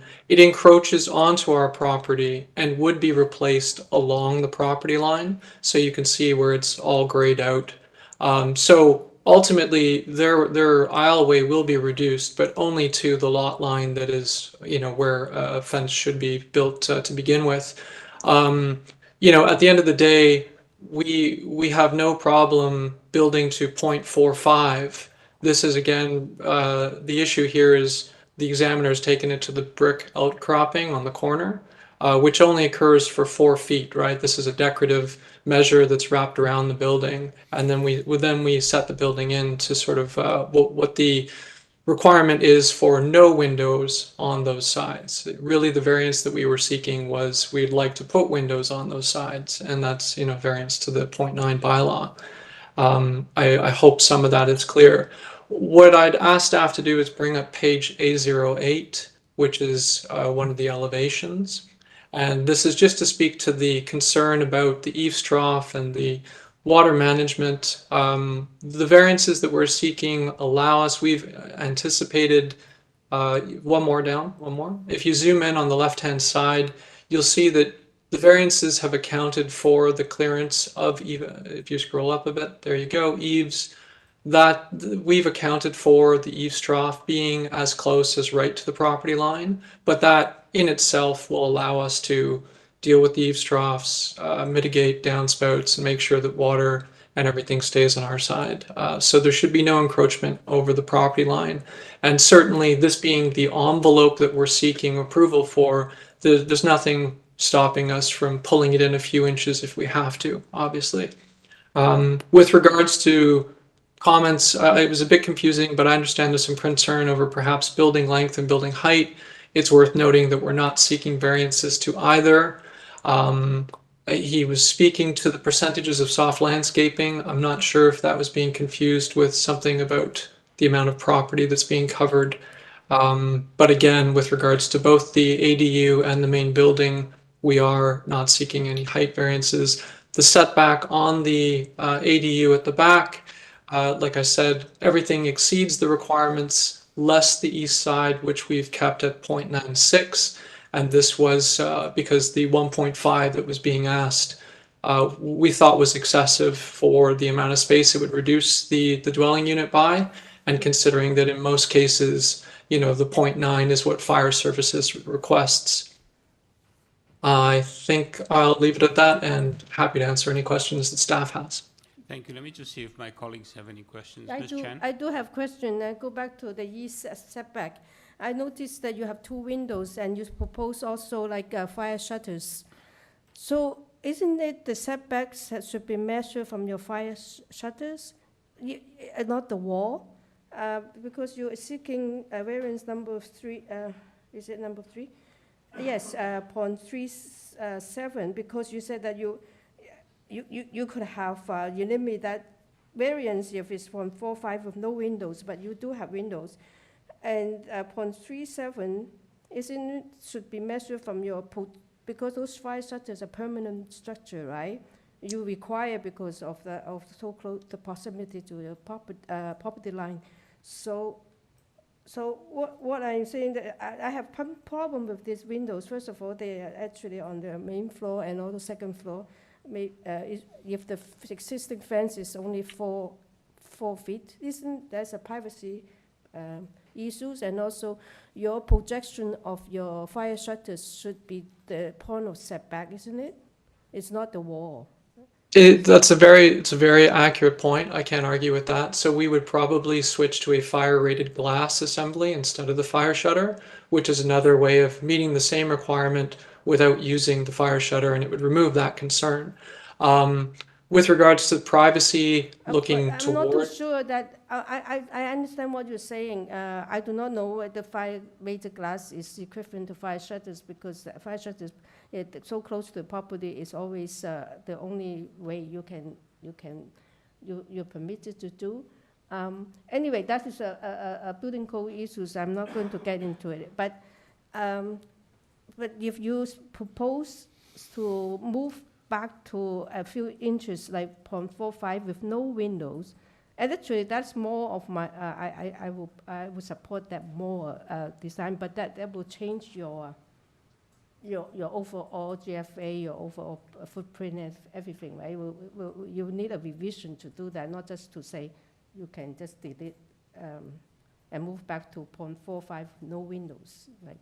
So that's only an option that you might consider, right? You cannot do that revision now because it involves more changes. Yeah. I appreciate the comment, but if we set it back to 0.45, all of our numbers reduce. Yeah. So if that became a requirement of committee, I don't think it triggers a revision, in the sense that if you approved all variances less that one, that would require us to work within the 0.45, right? But all of our numbers end up getting smaller, so it would reduce our FSI down. I don't think that it's sort of... That's true. If you're reducing it, you probably do not need to come back. That's for sure. Yeah. With regards to the fire shutter, I mean, that has been my understanding as well, but I actually came across a project recently where they used a totally different system, not a fire shutter, and it was approved by the building department. So that's why I'm talking about the fire-rated glass assembly, because I'm sure a lot of clients are now going to want to use it. But to your point, the fire shutter was my understanding as being the only option up until a while ago. So I think there are solutions with regards to solving that window conversation. I'll leave it to the committee to decide whether or not that variance at again, the 0.37 is just to the brick, and it would alleviate all the other ones, but I think the closest measurement beyond that is 0.41. So we're really just talking about moving it back to 0.45. So how about the privacy issue of these two windows? Is proposing some kind of frosted glass or something? Yeah. I mean, frosted glass would be completely fine. If I may, Mr. Clay? Did you have a question related to that? Yeah, I was just going to raise a question. There may not be any specific answer to it. Mr. Agarwal had noted that with the reduced side yard setbacks, he was concerned, of course, about rainfall coming off the roof and that sort of thing. But one of the things that was quite apparent to me in the past 2 weeks is with the snowfalls that we've had, and it's not unusual to have heavy snowfalls in Toronto. I've heard that, sliding slabs of snow from my roof hitting the ground in the shared space between my neighbor and my home. And I think that might be one of the concerns that they would have. How would you respond to that? And the second part of my concern, and I do have a concern about this is a new construction, and I think your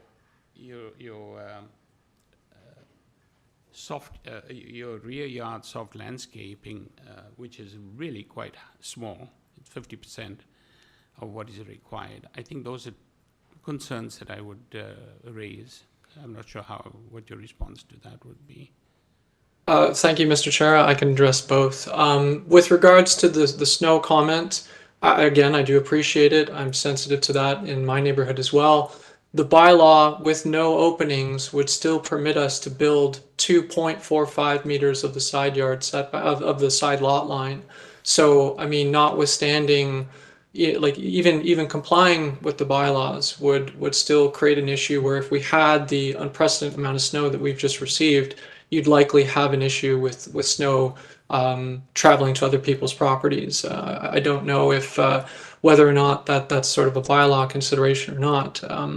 With regards to the soft landscaping at the rear, as I'd mentioned previously, I appreciate that we are on the small side. Part of it is to accommodate the turning radius for the garage and make that work.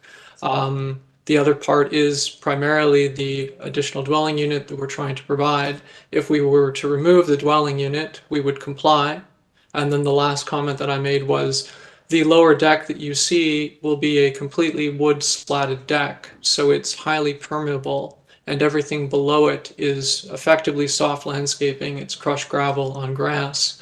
So although it doesn't qualify as soft landscaping from a drainage point of view and an absorption point of view, it certainly contributes to our ability to manage water on our property.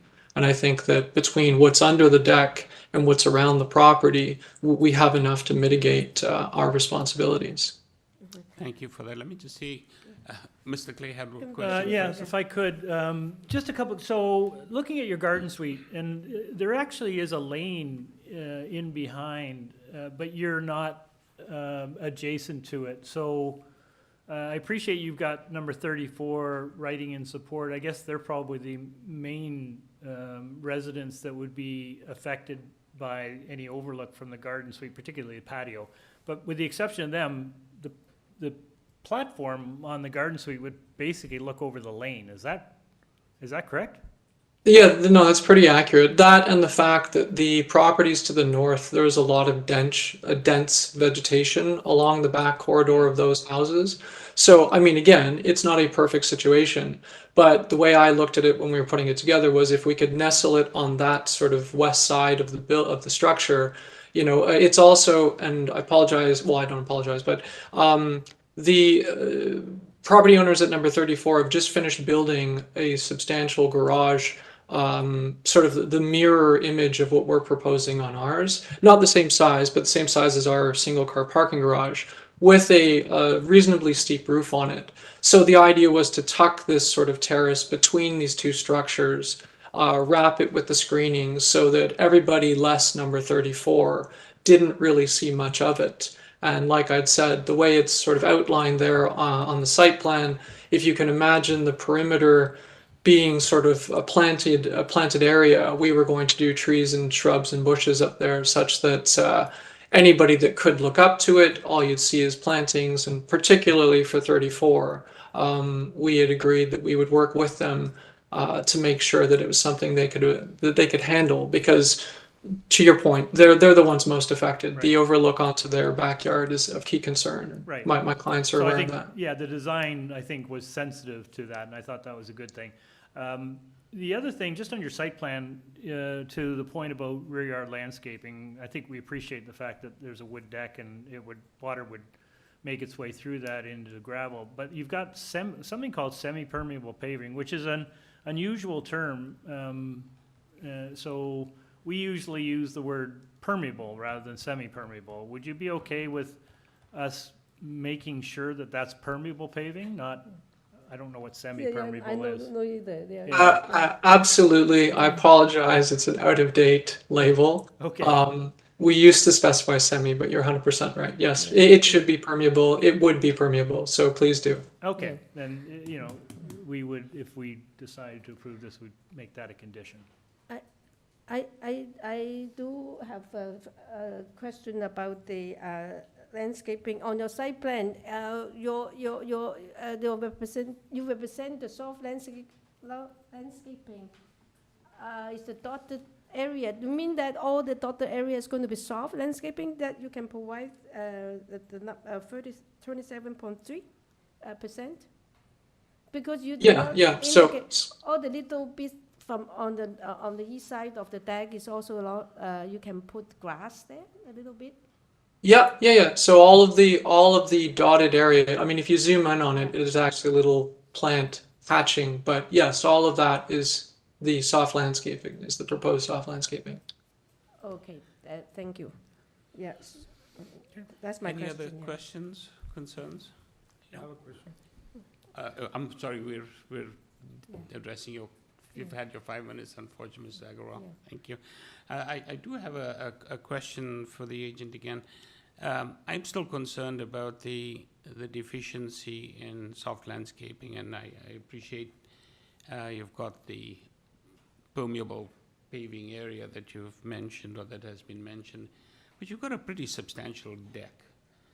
If a reduction in the deck were to be made, it seems to me that you'd probably achieve maybe 30-35% soft landscaping. You could. Is that something you'd consider? Through you, Mr. Chair, if it would satisfy the committee, certainly we can reduce the deck. I mean, yeah, of course. Are you able then to perhaps increase the soft landscaping from 27 to, I don't know, 35, plus this permeable pavers, not the semi-permeable, the permeable? Yeah. If you'd like to modify the variance to 35%, I'm sure we can accommodate it. Yeah, we have to have area. We'd need some calculations on your behalf. Oh, okay. Bear with me 2 seconds, and I'd have to bring up the. Okay, well, it would. So. Okay, I can do this. Sorry.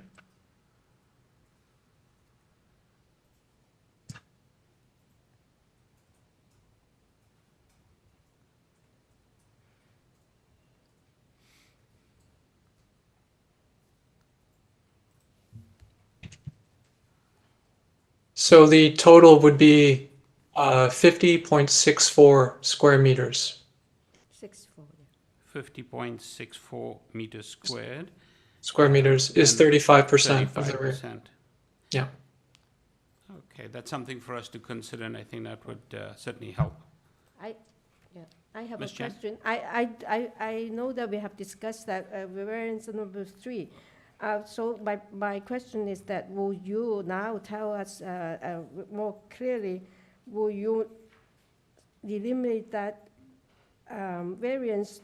The reason why I ask you again is that if you move it back to 0.45, it's only very little, like a couple inches or even less than that. So you will have, whether you're going to have windows or not, you have to solve the technical issue of that. It's not, as currently I have problem with approving the plan. We were going to approve it as you have the plans, you have the fire shutters. That is actually encroaching into that setback. So it makes the things a little bit more complicated. If you eliminate it, it's negligible, 0.45 and 0.37, and then you whether your window or not is your options later. That's my question. Will you eliminate variance number 3? Because I do not think I would. I don't know about my colleagues, but I don't think I would support that. That's, yeah. So again, specifically variance number 3 is for the brickwork. Bylaw allows us to build at 0.45 with no openings. We're really just seeking approval to build at 0.45 with an opening. If you are saying that you cannot support 0.45 with openings that would be protected, we'll say not with fire shutters because that would change the variance. Then, I mean, we'd withdraw the variance and I'd remove those windows. I mean, one is in a kitchen and the other is in a study upstairs that we'd likely replace with the skylight. But I mean, I've had many projects that were approved at 0.45 with an opening. No, I understand, but you do have an opposition on the east side. I'm trying to sort of make some, you take some and you give some back. That's something. No, I appreciate that. I mean, yes, like certainly if it's the committee's desire, then you can remove variance 3. We'll build to 0.45 and we'll remove those windows. Thank you. Any other questions, comments? No?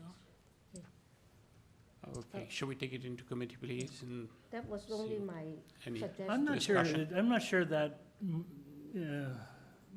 improves the situation for the neighbor next door, though. I mean, you're basically, it's the same setback. Yeah. It's just but rather it's having a window windows, versus yes. not having a That's- window, and I'm not it's quite big, sure those that windows. makes that much of a difference personally. I don't know. I'm not sure it's markedly improving it. And I think, the downside is that, and I think So, there's yes, fire shutters and. It's true, it's true, it does not make physical change, but I think that it will mitigate the impact on the Well, I think the neighbor. agent also suggested they do frosted glass, and maybe that's an alternative rather than removing the windows. I'm not too sure I'm as fussed as you are with that variance. Mhm. But I don't know if they propose fire shutters as they are drawing now. It's the setbacks to measure from the fire shutter, not from the wall. Then Mhm. they have to move the whole building back. I think that eliminating actually to both advantage, I think, that they can have it. I mean, Okay. It's still a question that, because fire shutters, you cannot remove, it's permanent. I think that the setback is measured from that, they will lose more space. They have to move the whole thing, whole wall back. If they only have 0.37 setback, they have to start from that point. So now, at the moment, the fire shutter is actually encroaching the setback. Yeah, or they could just decide to not put the windows in, right? Exactly. So Which- they have all more options, I think, without their variance. And then it's less impact on the neighbors, I think. Okay, Mr. Reed, any thoughts? No, I'm not so concerned with that situation either. I think it's just, it's a matter of this much. Yeah, I don't think that impact would really be material, either positive or negative. I think it's already gonna have an impact, just with that new structure being closer. But I mean, if you wanna go with that, Yim, it doesn't really bother me, but I don't think it's a super meaningful thing. Mr. Clay? I'm same point. I mean, I think we've approved these kinds of variances quite routinely in many areas, so I appreciate the point, but I don't think it's gonna markedly change the impact on the adjoining neighbor. The design seems to me to be fine. I maybe put frosted windows in if there's an overlook consideration, and maybe that addresses that concern, but I'm not as fussed by it. All right, but yeah, I still, okay, let's have a motion then. I'd also add, just in relation to the garden suite, I think that there was good consideration in how they designed that, and I know the outdoor space is very unconventional, but having it kind of pinned between the new garage that's built on the neighbor's property, I think in the garden suite, having a dedicated outdoor space is a very positive thing. So, but the way they dealt with the angular plane and sloping the roof down to the east and situating the garden suite where they did, I think makes a lot of sense, just as a comment. Anybody interested in putting forward a motion, or constructing a motion? So through you, Mr. Chair, we just want to clarify. The applicant has removed variance number 3 and amended the rear soft landscaping, so then That's the right. members are basing it on that amended. So That's correct. that's what we were talking about, is the side yard setback, so Do that, we come out of committee and again ask the applicant I think whether or not they're gonna remove? maybe that's a good idea, Yeah. Sabrina, but Okay. if okay, Sure. I think, because we're obviously, Deliberating. deliberating between on this, maybe whether or some not it's confirmation needed? would Sure. be better. Okay, so we'll bring back the agent. Through you, Mr. Chair. Mr. Smith? Hi. Yep, Are you I'm there? back.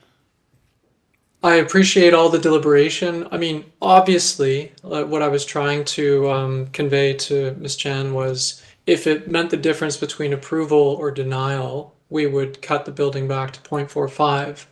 If it's within committee's ability to appreciate why we've requested the variance that we're requesting, certainly we would prefer, as my clients would prefer, to maintain the setback as required or as proposed, because it allows us to have those windows and maintain the layout that we've submitted. But I got the sense from Ms. Chan's comments that it was kind of, you know, a desired outcome that we set it back to 0.45. So, I mean, again, you know, I'm happy to leave it with the committee to deliberate and decide whether it needs to be removed.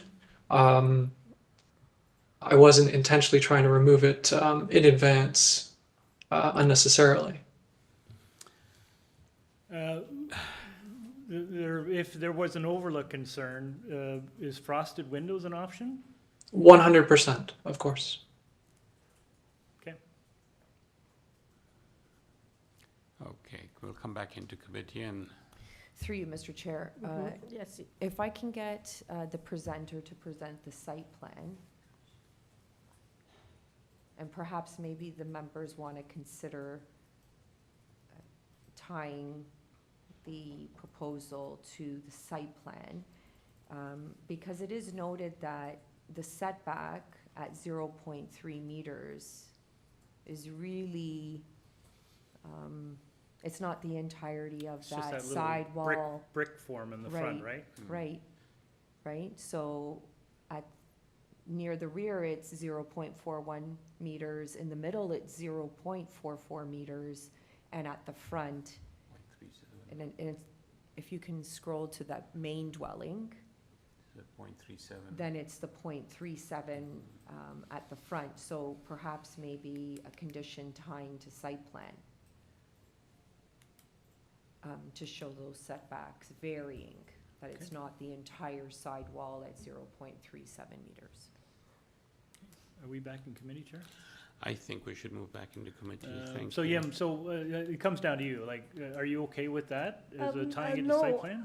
I'm not. I will not support. Still, I'm stand firm on it only because we have deputy here that are concerned about the setback, and I thought that by listening to them, if we eliminate that variance, we sort of give back to the neighbor a little bit compromise. I still will stand on my original decision. Yeah. But it seems that you have enough support. Yeah, okay. So through you, Mr. Chair, then the only amendment to this application is variance number 5 for the rear soft landscaping? Yes. Okay. And Should the that deletion also of- be for variance 6 as well, which is, It looks like a duplicate variance. I think the agent had said that one was more in relation to the main house and one was in relation to the Okay. garden suite. Okay, so So maybe 5 and 6. to be sure. 6, okay. Yeah.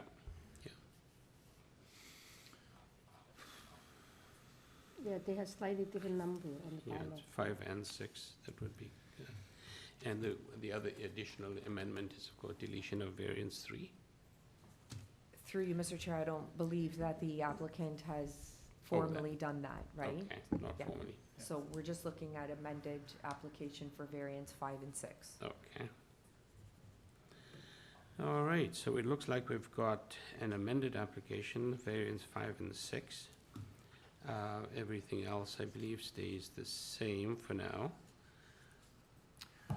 Take it into committee and see if there's. Well, I'll make a motion. I don't know how it's gonna go, but Okay. I'll make a motion to approve this application, amended application, with the amendments, as we've discussed, to this rear yard landscaping.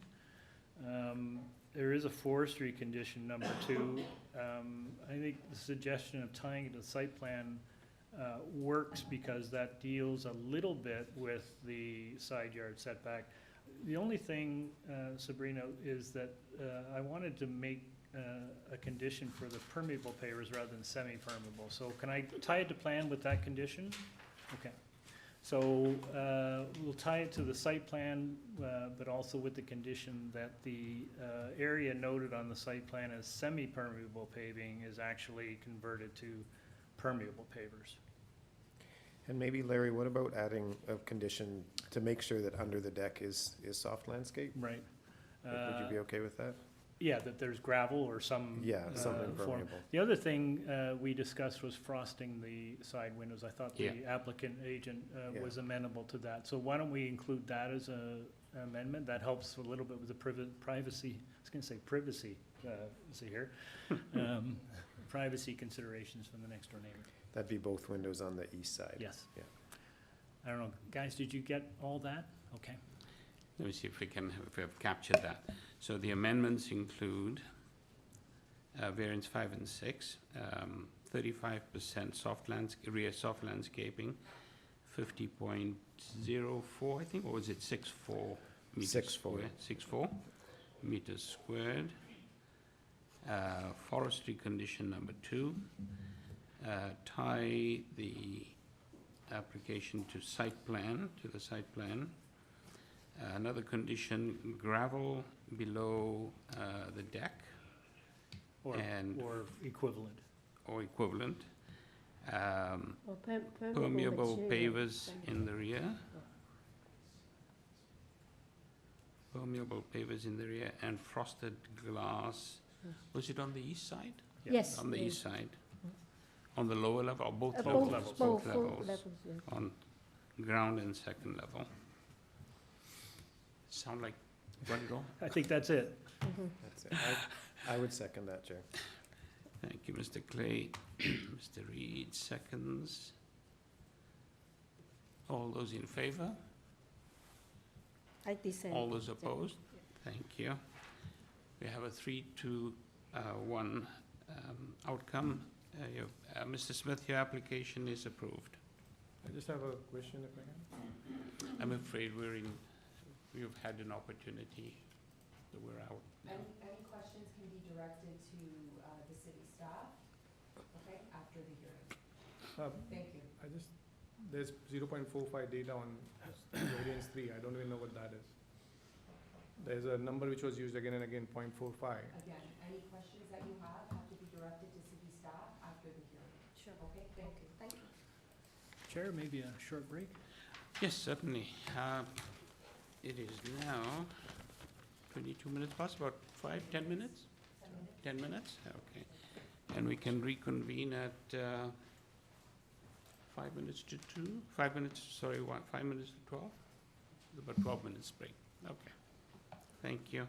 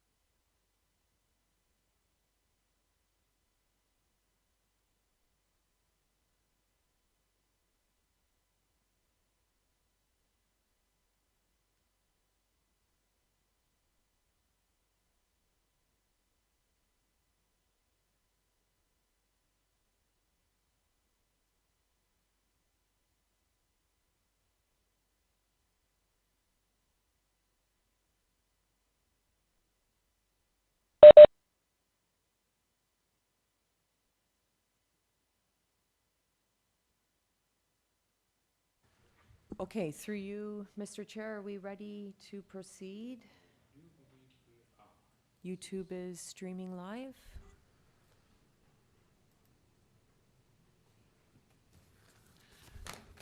Good. And we're back. We're now at item number 14. Number 14. There we go. Like it.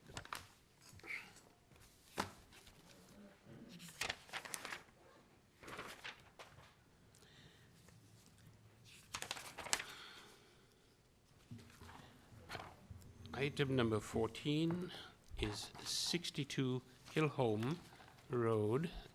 Purpose of the application is to construct a new 3-story detached dwelling with a front horseshoe driveway, a covered front porch with stairs, a rear covered deck, and an in-ground swimming pool. Also to construct a 1-story ancillary building to contain a washroom and mechanical pool room in the rear yard abutting the pool. The committee had before it the following communication: copy of plan of survey, site plan, floor plans, and elevations, 8 photographs of the subject property received December 27th, pardon me, 2024.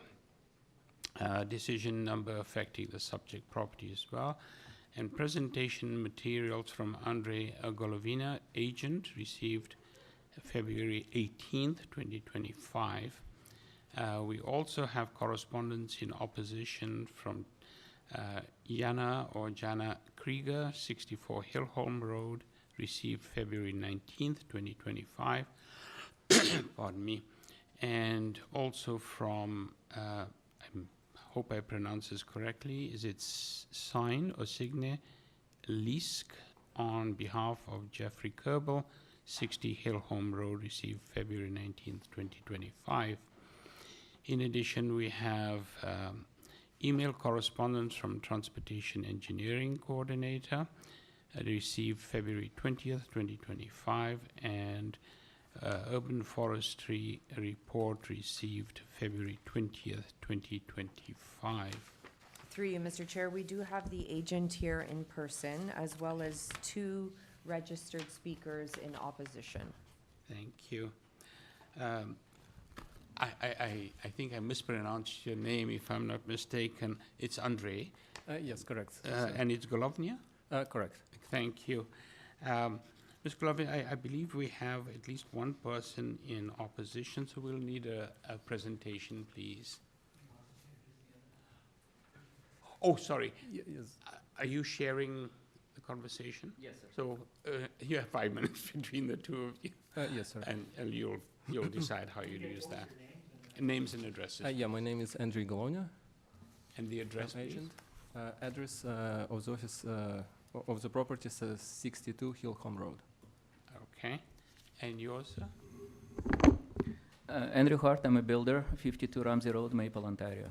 Thank I'll be you. answering questions or technical questions if any arise. Thank you. Terrific. Thank you very much.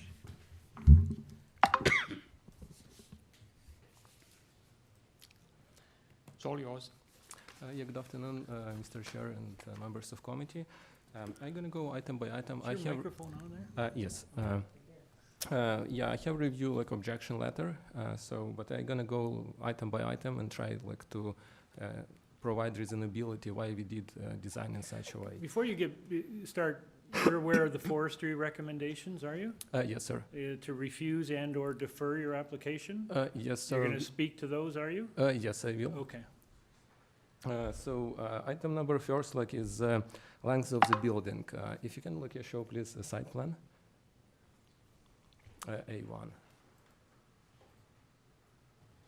The length of the building, like we have as minor variance like 18.32, but the building itself, like the envelope of the building for 2-story is 70 meters. Like it's only front entrance that trigger this additional lengths. We did like such a design like to make sure that aesthetically it's not plain design, like it has like some character, and it's gonna look like aesthetically pleasing from the street. Second item like is regards the FSI index.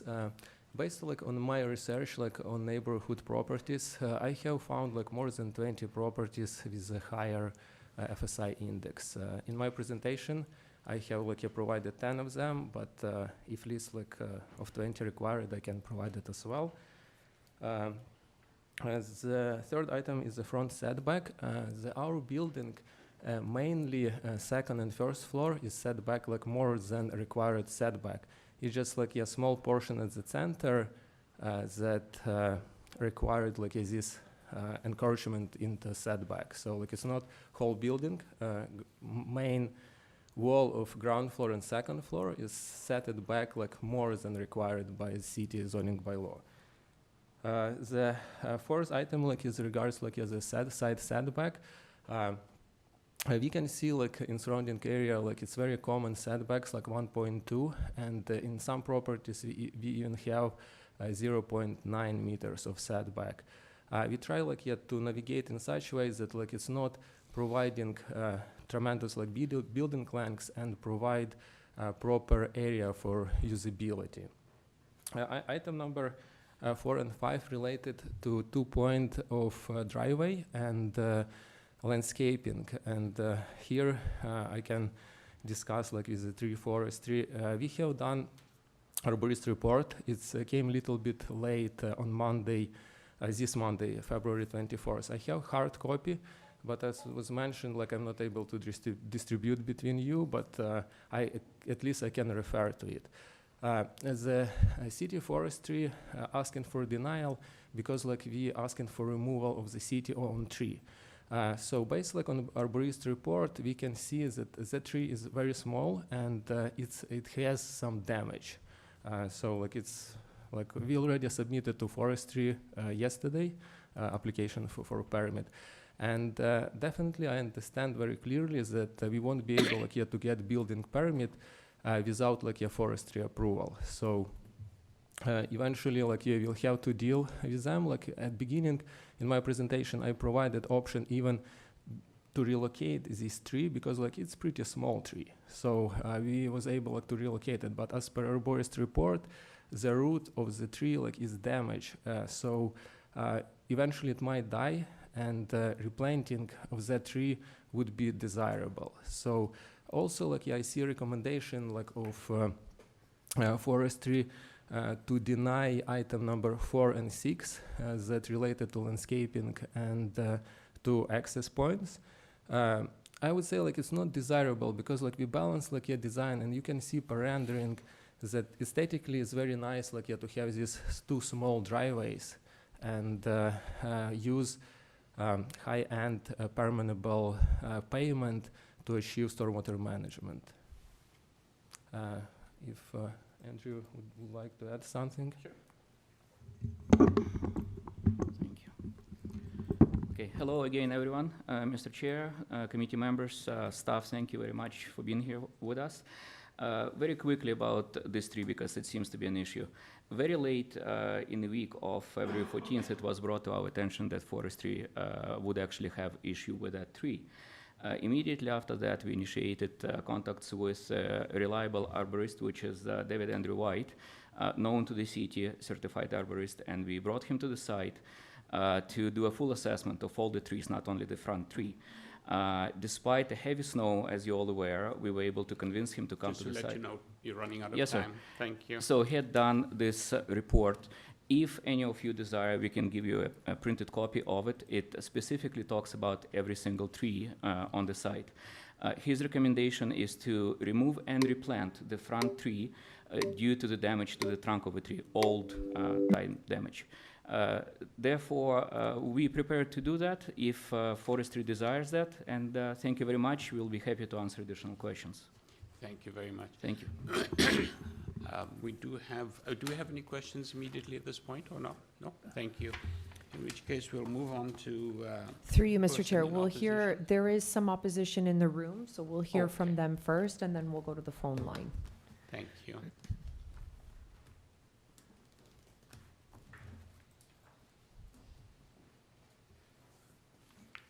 Hi, good morning, or good afternoon. Yep, it's afternoon. Good afternoon, Mr. Chair, How are you? committee members. Your Thank name you. and address, please. Yes, I am John Krieger of 64 Hillholme Road, which is the property directly adjacent to the subject property of this application. Thank you. Please go ahead, you have 5 minutes. Firstly, I should be clear that this objection is not to oppose the applicant's right to build a house or its proposed design. This is about voicing our concerns with respect to the process of neighbor consultation, concerns with the variance requested, and their impact on the site and adjacent properties, and the applicant's failure to satisfy all 4 tests under Section 45(1) of the Planning Act. I take it that the committee has had the opportunity to review the letter of objection dated February 19th in respect to the application, but I will take you through some of the highlights within the time period allotted. The first we heard of the application was on receipt of the notice of application mailed on February 4th, but received on February 6th.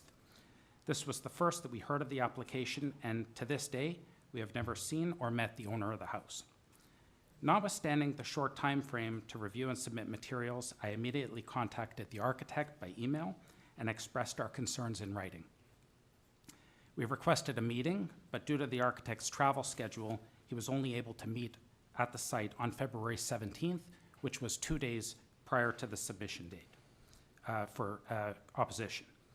Together with the neighbor of 60 Hillholme Road, we voiced similar concerns with respect to the scale of the proposed house, with respect to the variances for the reduced setback on the west side, and the corresponding impact on the shadows, not just for our property, but the subject property itself, and the environmental and ecological impact of the removal of most of the trees on the site, including those that should be protected trees, which are located on the boundary of the properties.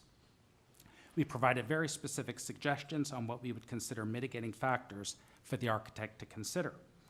It was a cordial meeting, but it was followed by an email from the architect on February 18th advising that the owner is not prepared to consider any amendments to the plan, and they were proceeding to the committee with its application as is. No changes, no further discussion. The proposed new house has a scale which provides for almost 7,000 square feet above grade and 5,000 square feet below grade. The house has a proposed FSI of 0.862, which nearly triples the statutory allowable coverage. While the length variance appears modest of only 1.3 meters, the application does not paint the full picture. The proposed new build includes what is referred to as a covered porch, but from a review of the plans, it is a full stone structure which protrudes from the house and is more like an extension to the house rather than a covered porch. This causes the house to be what appears to be approximately 20 feet longer than one would surmise from the application. The impact of the increased FSI, an extension of 1.3 meters in length, and a reduced setback of 0.3 meters on the western boundary may seem minor when considered in isolation. But doing so, in addition to the covered stone porch, will have a material impact on 64 Hillholme Road, and that it will block significant light into the house, basement, and backyard. In addition, a proposed balcony on the second floor of the proposed house, together with the removal of trees, will remove almost all privacy we currently enjoy. While not the subject of the application, the plans depict a full-height large chimney which protrudes from the property at the southwest corner, which has the impact of narrowing the variance from 1.2 meters to 0.6 meters. I would argue that this will make access to the side of the property very difficult, causing the homeowner to come onto the property of 64 Hillholme. Another issue I wish to speak to is the proposed removal of the trees on the site. The proposed new house contemplates excavation of almost the entirety of the site to provide for an underground garage and facility.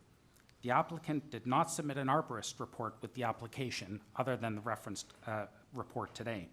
An arborist report would have shown a significant number of protected trees, including mature maple trees that are on the boundary of the property with 64 Hillholme, as well as very mature trees at the rear of the property referenced in the report from Urban Forestry. I would also like to speak to the examples which are referred to as precedents in the applicant's architect, by the applicant's architect, demonstrating that there are similar new houses approved by the committee seeking variances similar to those proposed here.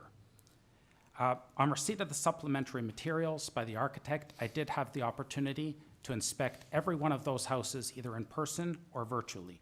and I would argue that every one of those properties is different. Most of them, with the exception of one, is larger. The properties have different layouts. They're rectangular. And I would suggest that many of them are corner properties that would not be subject to the same variances. Sorry to interrupt you, but you've just That's all run I out have. of time. Thank So you very subject to kindly. any questions, those are my submissions. Thank you kindly. Any questions at this point? Just a quick Mr. one, Clay? sir, thank you very much for your presentation. You referred to trees in the rear yard. I mean, we're Correct. a bit at a disadvantage because we can't see the rear yard. Is it your contention that there are bylaw protected trees in the rear yard that would be affected by this construction? Yes, so if you look at the site plan, I believe there's on the western boundary of the site plan, which is being shown on the screen now, there are certain trees along the western boundary. You'll see X's there along the side of the property where those are located. There's quite significant trees. They appear from here to be small, but they're actually quite large maple trees. There's, in fact, I believe 5 maple trees and 1 golden locust tree located on the edge. There was a document that was included with the application information entitled Tree Photos. I did have a look at the application center, and that document has been removed from the application materials, but it was there. I believe that, Mr. Chair, you mentioned the tree photos were included, and I believe that might be them there. So if you, I believe on picture 2, well, picture 1, you'll see that there's a large tree in the middle of the property. That was not the subject of the objection. Picture 2, there's a tree at the far right corner of that. That is a tree on 64 Hillholme, a very large tree, which is on 64 Hillholme, but would be subject to damage due to excavation of this site. There's a large tree almost in the center of that photo that is on the adjacent property to the rear. And then when you look at this picture, number 3 that you're posting now, there's 6 large trees on the boundary that are subject to being removed in order to make way for the extended house and that covered porch. That's great. Thank you very much, sir. Thank you. Any other questions for Mr. Krieger? No? Thank you very kindly, sir. Thank you. Do we have any other? Through you, Mr. Chair, we'll now hear from our virtual participant.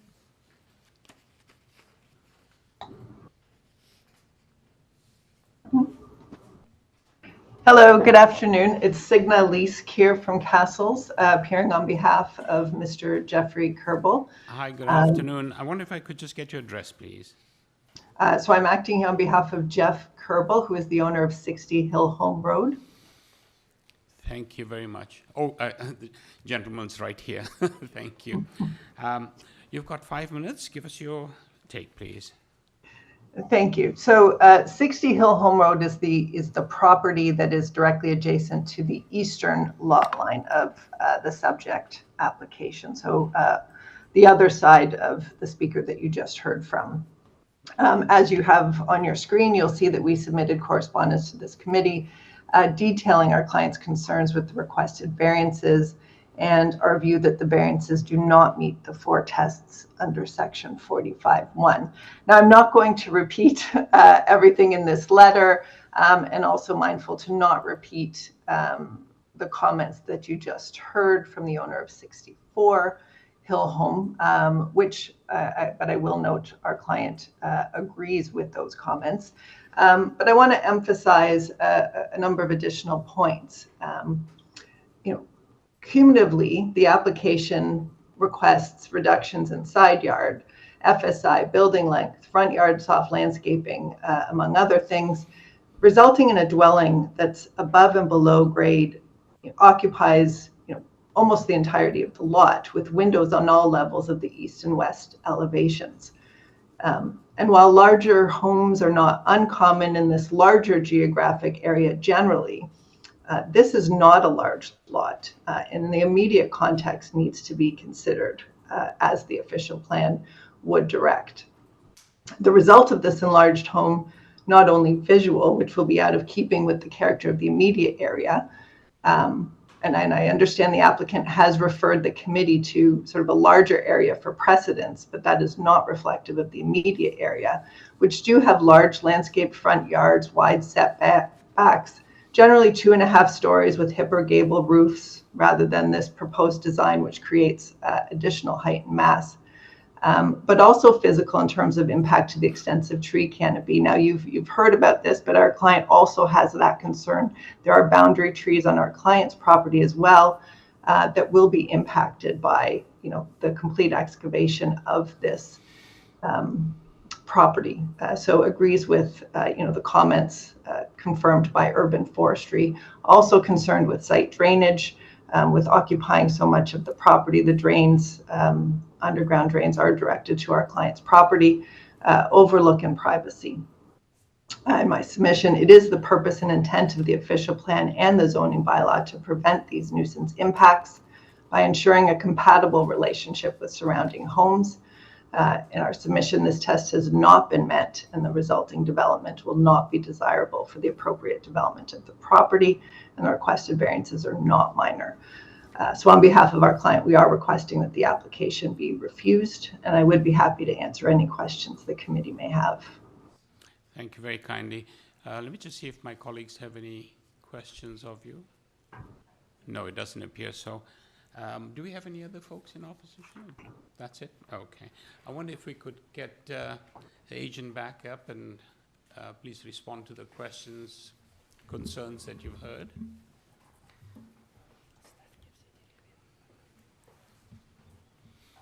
Yeah, I try like to go item by item, like what I heard, and discuss reasonability. So there was like one comment regards the chimney. So like we designed like a chimney.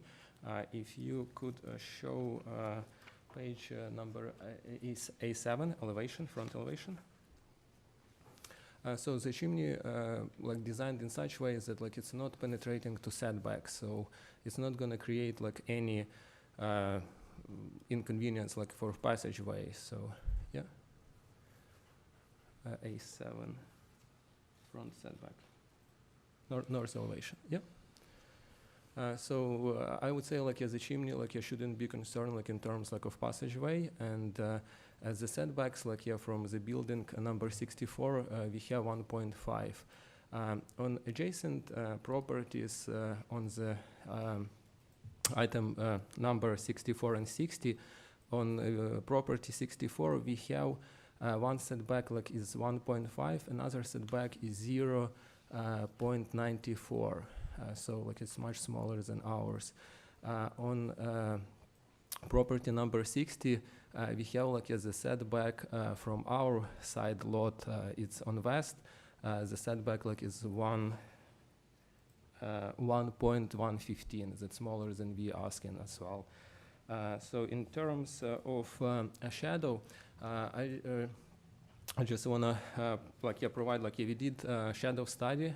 We wasn't able to submit it on time, but based on requests of neighbors, we did shadow study. It's the front is north, and all shadow is going to the street. So I have all these documents showing that shadow is going only on street side. You don't have any challenges with creation shadows on neighbor properties. Another point is that Mr. John you mentioned it was that precedence was mostly on corner lot. If you can see my presentation, it's not corner lot. There is probably of 23 corner lots. So most of the properties not corner lots. The site drainage, I'm a professional engineer, and I specialize also in civil engineering. Eventually, there is a lot of ways to make it work in terms of drainage. So we don't see any challenges on that part.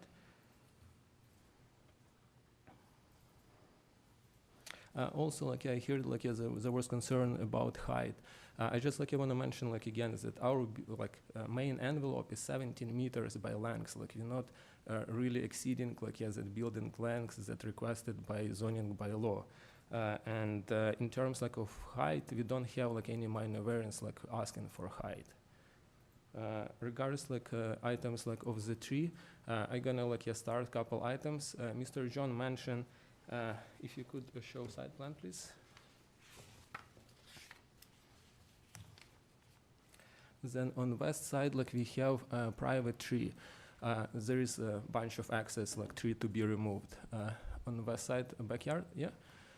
So it's private tree. It's belong to the owner of 62 Hillholme property, and by law, we can remove it. We can do whatever we want, and we shouldn't have any challenges of removing that. And Andrew wants to add a couple comments regards tree. Thank you very much. Few general comments, please.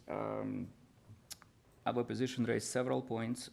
So they refer to trees between the properties as a boundary trees, which is factually incorrect. We can see that on the survey, and you would definitely see it on the arborist report, should you choose to look at it. Also, opposition mentioned that the porch looks like part of the house, which is also factually incorrect. It does meet the criteria of building code to be a porch, not to be anything else, not to be extension of a house. Also, the concern they raised is that the balcony removes the privacy, sort of, well, any opening in the house, window, balcony, Juliet balcony, or this sort of opening where the owners of a house can peek out of would definitely be intrusion of privacy. It's a reality of living in the city. In regards of trees removal from the site, I think this is a very serious subject here. So first of all, the owners of the property are interested to save as many trees as possible. We obviously need to take into consideration the condition of the trees, the location of the trees, and so on. Unfortunately, the arborist report was not submitted due to the timing. However, everything I'm going to say about the trees would be from the report. So if anyone were to decide to question me on it, please look into the report should you choose to. So very briefly, there are several trees which preserve, which raise the questions. The front tree, city is against moving, or forestry rather, is against of approving the application unless they are satisfied with what we do with this tree. Time, sorry. I know you're trying to explain that, but we've had... Okay, so should you members have any questions specifically about the trees, I'll be happy to continue. Thank you very much. Thank you kindly. I'll ask the question specifically about the trees. I think it's important to hear what the agent has Thank you to very say much. about the trees. So if you look on the site map, it would be very much the same as the arborist report have, because they all copy from the survey. So the location is exact, it's not approximate. Tree number 1, you can see it, currently it's located on one of the branches of the driveway. So concern the city has, and rightfully so, that they don't want to play with that tree. However, the arborist report shows that that tree is very small in size. It's only 8 centimeters in diameter. And unfortunately, in this case, a tree has all damage on the trunk, which is shown on the arborist report. It's close to the ground, was probably caused by some sort of machinery a year or two ago. The arborist is recommending to remove that tree, because even though that tree is alive right now, but in the long run, it would probably not survive for much, maybe 5 years, maybe 10 years. But what's the purpose of raising the tree for 10 years if after that it dies and you're losing the canopy? So much better solution is to plant a new tree with no damage, which we are happy to accommodate and pay for doing so, and the healthy tree would be there. In this case, and arborist recommends that the new tree would be planted where the site plan permits, and that would be in the center of the lot between 2 branches of the driveway, which from our point of view makes absolute sense. City gets the new tree at our expense. We get a new tree without fear that it's gonna die in 3 years or 5 years and the owners lose that beautiful front.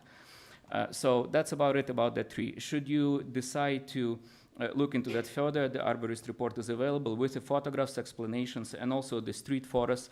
If you want, we can refer to them. They're part of submission. We can look at that, but I think it's sort of self-explanatory. In the plain language, we have a small young tree which unfortunately was damaged some time ago. It's recommended for removal. We have submitted to the forestry the application to remove it and at our expense to replant the new tree. If city insists that we save that tree, we have no problem to hire a spade truck which would take that tree entirely and replant it in the place of choosing by the city. It's not recommended by arborists because of the current condition of the tree, but we absolutely can do that if that's what forestry decides. So our commitment is to work with the forestry and do what forestry recommends to do with that tree after they review the arborist report, or if they conduct a site visit if they choose to. So that's about it, about the tree one. I hope I satisfied the interest. Thank you. So the second tree, which was specific. Mrs. Well, Cleary, have you been satisfied with your I understand your argument about the front tree. Forestry also seems uncertain about the other trees on your property. May I answer? Absolutely. And you've got several that are very close to the border, but perhaps on your side, but you're planning to remove those. What forestry is basically saying is you guys haven't provided an inventory of those trees, and you know they're recommending deferral, for example, until you were able to provide that kind of evidence to them. Correct. May I answer? Yes, please. Okay, so again, very sorry that arborist report wasn't ready in time due to this craziness with the weather and everything. So yes, there are several trees scattered around the property. None of the trees is on the property line. So all the trees which are on our side of the property, they're either too small or they are in a poor condition. There is a specific set of trees which I believe the owner of 64 had raised. That's, if you look at the screens, that's that park of 5 crosses at the bottom, the way we look at it. So that's the west side of the property. All those 5 trees, exactly those. They are small trees. 2 of them are in a dire condition. They have small canopy and they are on our property. They are not boundary trees of any kind. They're small in diameter of trunk and crown and no problem to remove. Those are private trees. One specific tree, which I believe also the opposing party referred to, it's that one cross which is slightly to the right and to the top, the way you look at the picture. In the report, that would be tree number 9, I believe. That's also private tree, our private tree. It's in detail described in the report, and it's no different than any other trees, except it's in a better health. But size of it, location of it permits us to remove it, and we will need to remove it in order to allow for construction. One tree, which I believe also the party was referring to, it's their tree, not ours. You can also see it on the, obviously on arborist report, and you can see it on the site plan and on the picture. Actually, I don't think you can see it on the picture you're looking at. It would be about approximately 3 meters away from the property line into neighboring lot. And that tree has a medium-sized crown, appears to be good health. Obviously, we didn't have access to the neighboring property to access it. But the way that tree is far enough, actually, yes, you do. Sorry, I can barely see the screen. I don't know if you guys can see it. So it would approximately be, if you scroll it up, please, like move the picture up. No, the other way. So we look down. So we look at the bottom of the picture. Right. Yes, but just enlarge it so everyone can see it, please. Yes. That's good, thank you.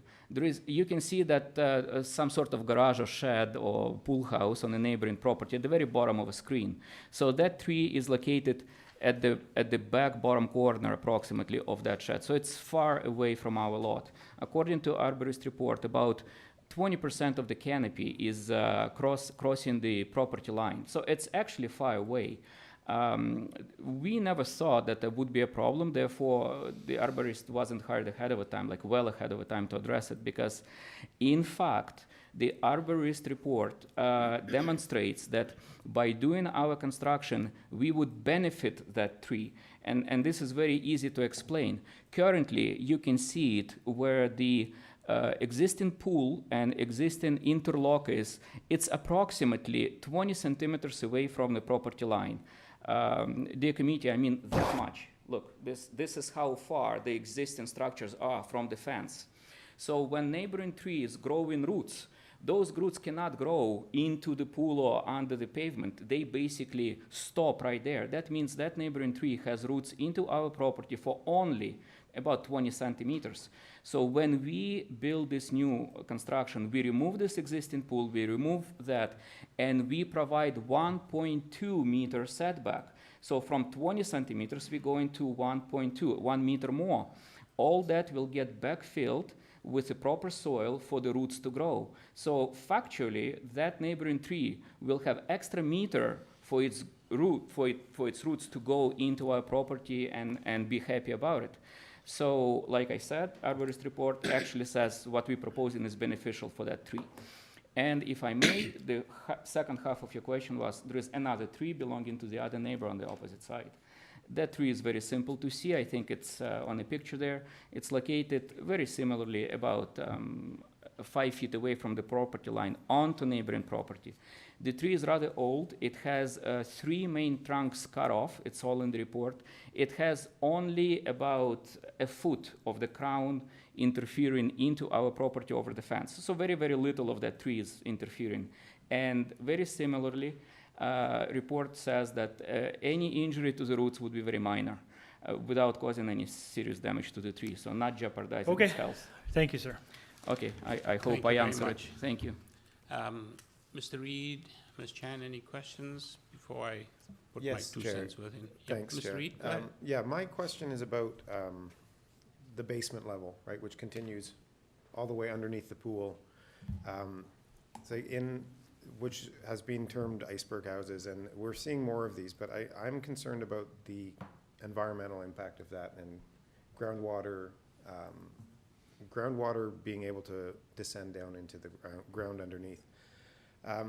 So if you can comment on that, but the other element too is we've also seen these before where the length of the proposed building includes the basement, particularly in cases like this where you've got the walkout coming at the bottom of the site, and the accessory building there, which seems to be abutting the foundation walls. So can you talk about the length or depth?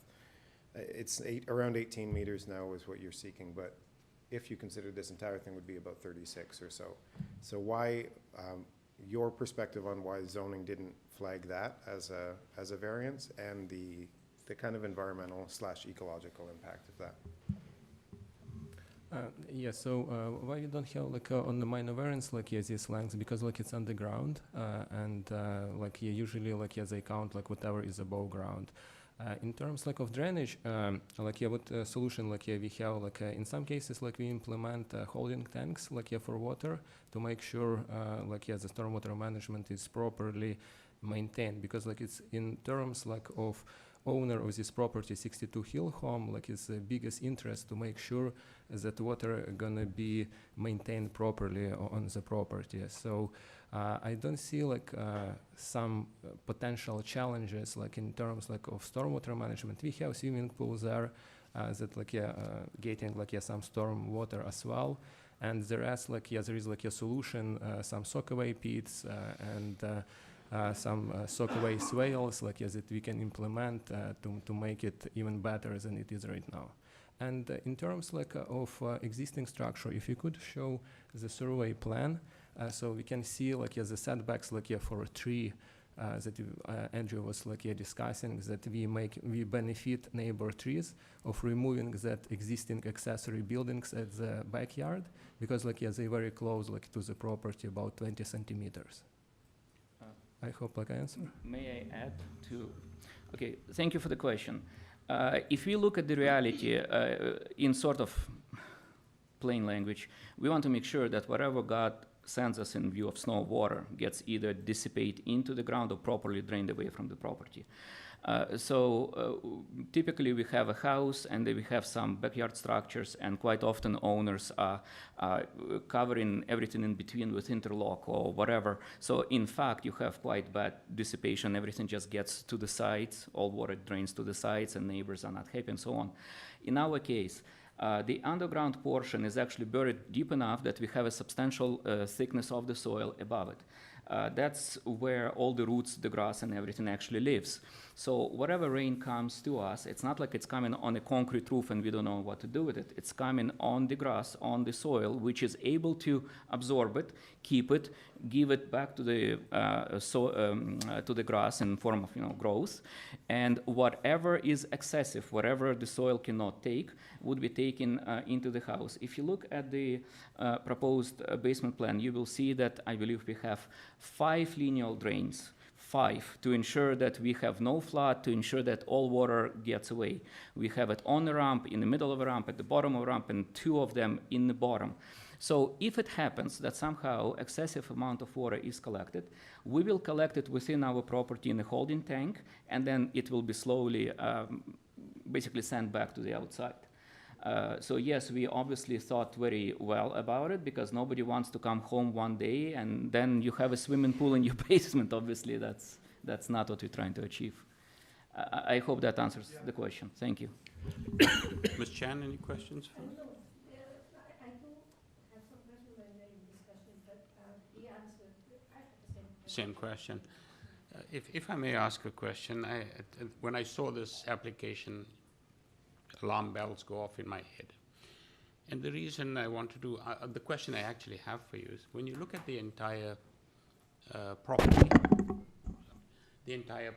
what percentage, and particularly when looking at the basement structure that's so deep, it's literally almost the, 3/4 of the site, what percentage of the site is going to be occupied by the lower portion of the house?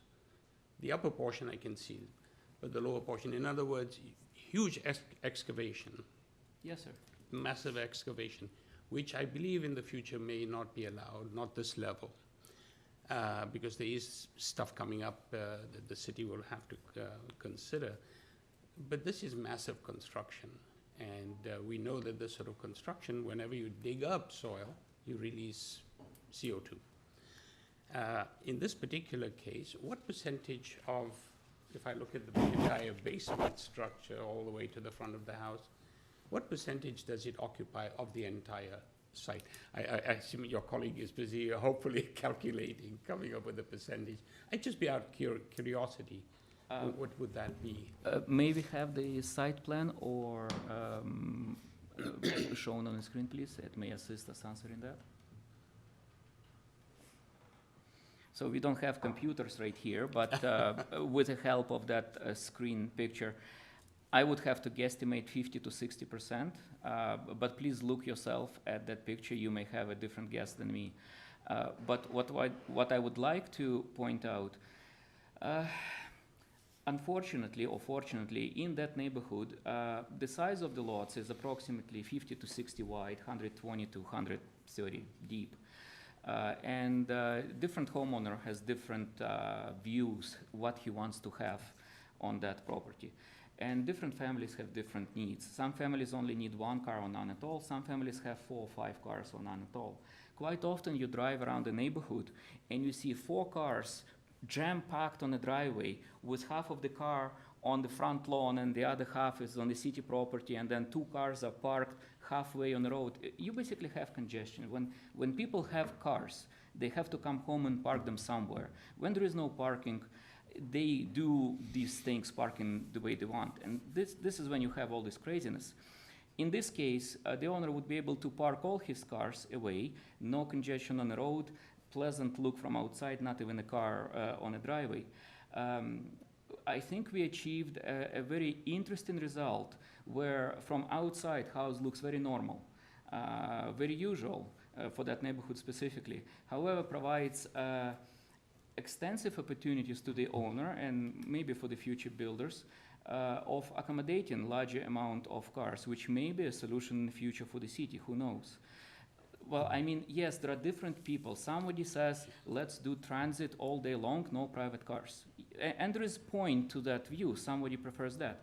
But there are people who say, look, we have 2 adult children living with us and the parents and us, and we need 5 cars. And we need to think about those people too. So we believe what we're proposing would satisfy people who have larger need and large amount of cars. So I think your colleague has a Yeah, I would like to add numbers like that you asked. Approximately would be good. Yeah, I would say like we got like a 61.8%. In terms of the depths, as professional engineer, how it's gonna work? Like we're gonna install the shorings that gonna secure neighbor sides, like to make sure that everything is safe, and excavation gonna be done without any risk. And like usually it's taken care by building department. Just a little add-on to that, and it's really more a comment than a question. Yeah. But I want to specify to make sure that everyone is on the same page. I just have a question or comment for you, actually. Yeah, sure. More a comment than a question. You mentioned, percolation of water in the rear between where the pool is and the house ends. Yes. That there's a certain amount of soil. Approximately or half a meter, approximately. Half a meter, Yes, which is sir. really not very deep at all. Water that falls in my backyard percolates directly into the water table. Doesn't go into the storm sewer system, directly into the water table. In your case, that won't happen. Eventually, the excess that your immediate soil level cannot absorb has to go somewhere. The drainage tanks you mentioned and the piping that you put in, but it all goes to the storm sewer system. May I answer? Yes, please. So most of the water would have a chance to sit in that half meter of soil, because that's where normally water stands, or sits rather. Some of the water would be able to shed off from the roof to the sides and penetrate deeper if it chooses so. However, having not the drain tanks, but rather storage tanks, that's an additional measure should something unusual occur. It's not for the regular everyday how the water behaves. So those tanks would operate when excessive amount of water comes, and tanks would take that water. But then we do not drain that water in the sewer. It's illegal. We can't do that. And we're not going to drain it into the storm of the city either. It gets drained back to the site in portions. So it goes back to where it came from, and it dissipates from there. Some of it goes back in the soil to the roots. Some of it evaporates. But no, we are not draining that into the city system. We are not allowed to do that. Building department would not allow to do that. Sure. Thank you. Ms. Chan? You go ahead. Okay, I do have a similar question as Peter about the building length. That because it's not in my experience with other projects. Of course, this has been gone through by the zoning examiner, right? Yes, of course. My question, if you look at your site plan, your 18.32 meter is measured from the front door to the main back door. Why is it excluding the breakfast area that is, why that one is not included? So all the dimensions are shown according to how bylaws and the planning department wants dimensions to measure. So for example, front porch. Sorry, through you, Mr. Chair. Can you just turn on your microphone? The 18.32, I look at your site plan, if you zoom in, it is from the front entrance to the main back wall of the ground floor. But the breakfast area where your table is actually extending out, it seems to be excluded. It's another 2.5 meter. And I don't understand why the length will be excluding that portion of it, because on the ground floor, if you look at the ground floor, your breakfast area, that part, that's sticking out, that part seems to be not included in the 18.32. Do you think it's correct? Yes, Okay. it's only one story, and according to the rules how distance is supposed to measure, it's sort of the encroachment, so it's not part of the entire length of the building, because it's only one story. It's sort of little outcrop which sticks out.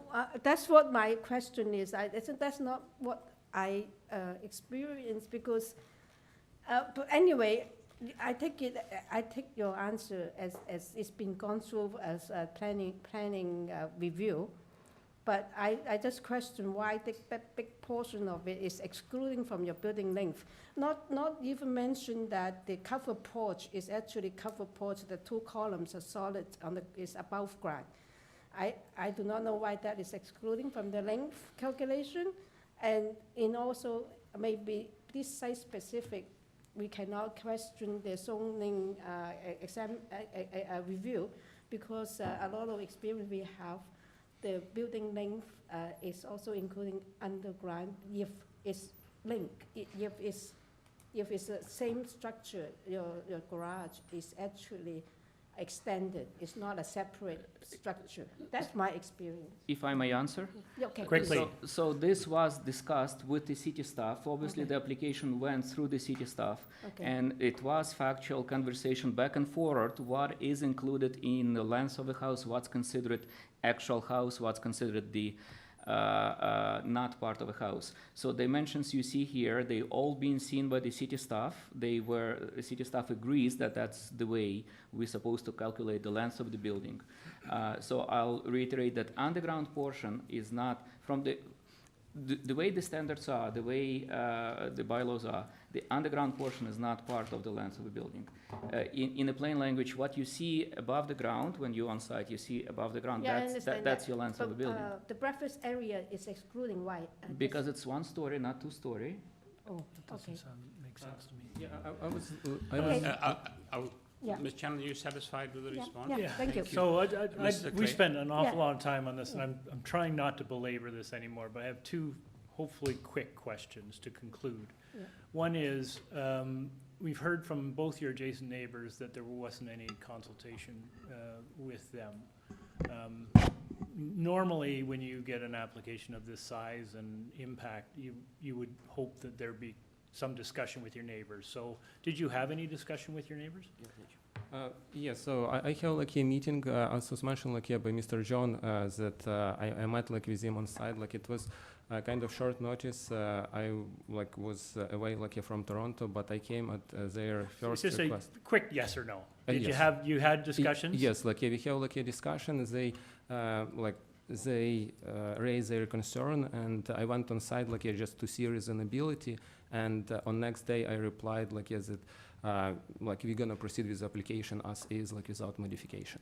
Okay, so you'd had discussions, but Yes, they sir. raised concerns and you just went ahead. If I may give second No, half of the answer. I'm really Sure, gonna sure, shut you sure. down here, because we're taking a long time. The next question I have is, very quickly, you're asking for a front yard landscaping variance in part because you've got a horseshoe drive.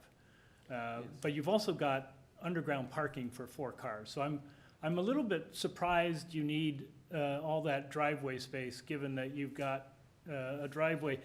If you didn't have a horseshoe or 2 points of access, you could easily park your cars underground. So I wondered why you need a horseshoe driveway, and then in relation to that, you need a front yard landscaping variance.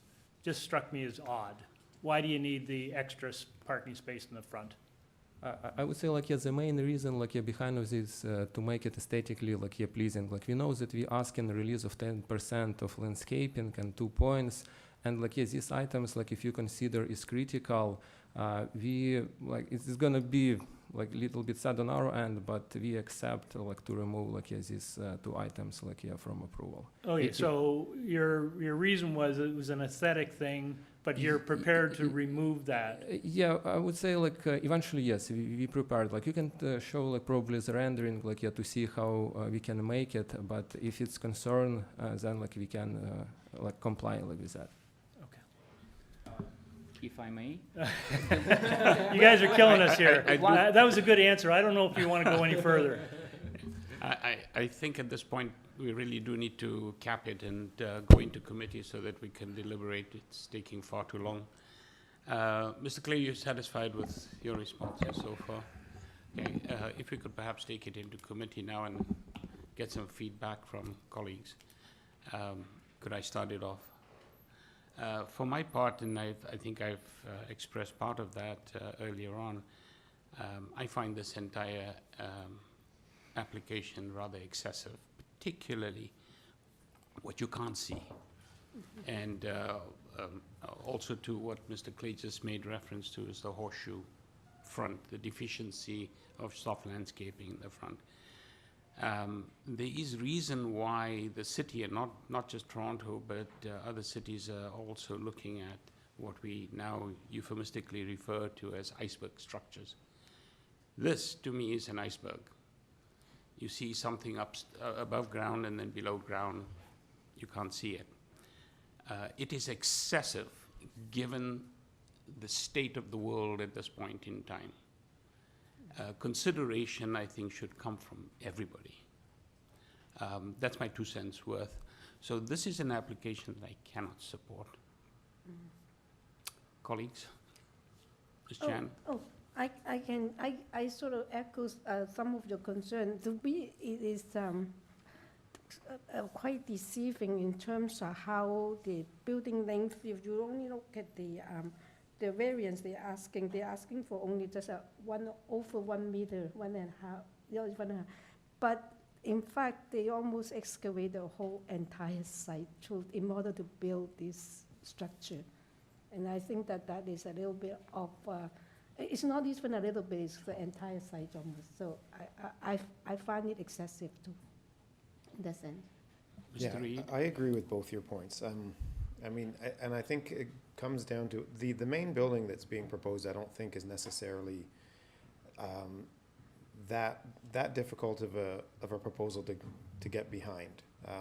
I do think there are questions around the length. Is it accurately calculated? Yeah. Right? Like I don't think so.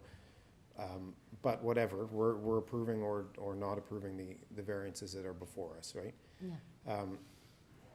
But I do agree. I think these kind of things make me think of the cumulative impact of this. If this were to be repeated throughout a neighborhood, I think you could get into substantial ecological issues. And so for that reason, I think even though the variances are mostly relatively minor, I think there's serious issues with the trees and with vegetation that could be grown after the fact.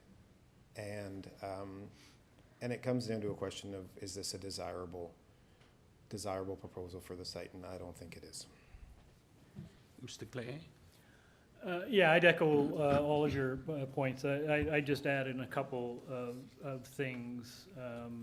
You know, when you knock down an existing building and then build up a new one, you do have an opportunity to, you know, try to accommodate certain things like setbacks. I mean, even though it's only 0.3 of a meter, I don't know whether with a new construction you couldn't have built that structure in an as-of-right way and without requiring a setback variance.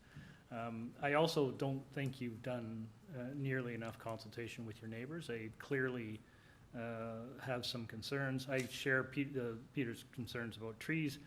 It's just uncertain to me. And in the absence of having our urban forestry experts, you know, weigh in on this a little bit more detailed, we're at a disadvantage. You gave very eloquent answers to the questions on forestry, but I've still got a report in front of me from staff that says they're uncertain. So this would benefit from more consultation with urban forestry and get them on site. If there's an arborist report, I'm sure they haven't seen it, they need to see it, they need to go on site.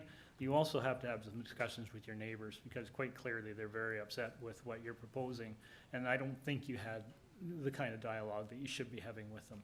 So, you know, and, you know, you proposed a front yard landscaping variance with a horseshoe thing. I mean, that would have been easily dealt with without bringing it forward. I think you probably could have, again, eliminated the front yard landscaping variance with a different configuration for the driveway. So for all those reasons, I can't support this application either. Thank you, Mr. Clay. I'd look forward to a motion. Okay. Oh, Peter. Oh, yeah. I think we all have a discussion. Yeah. So I will have a motion to refuse this application. Thank you, Ms. Chan. Do I have a second? Mr. Reid? Thank you. All those in favor? The application's been refused. Thank you. Thank you all. And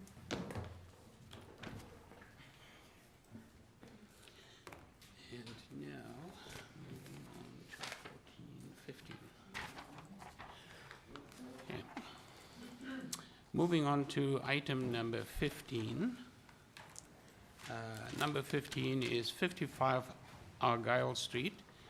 Purpose of the application to alter the existing two-story semi-detached dwelling by constructing a new two-story ancillary building to contain one surface parking space and music/art studio space on the second level. Pardon me. The committee had before it the following communication: copy of plan of survey, site plan, floor plans and elevations, revised site plan, floor plans and elevations received February 10th, 2025. Red line public notice from Jennifer Borgia, agent, received February 10th, 2025. A covering letter from the agent as well, received February 10th, 2025. An arborist report received December 24th, 2024. And we have staff reports from community planning and urban forestry.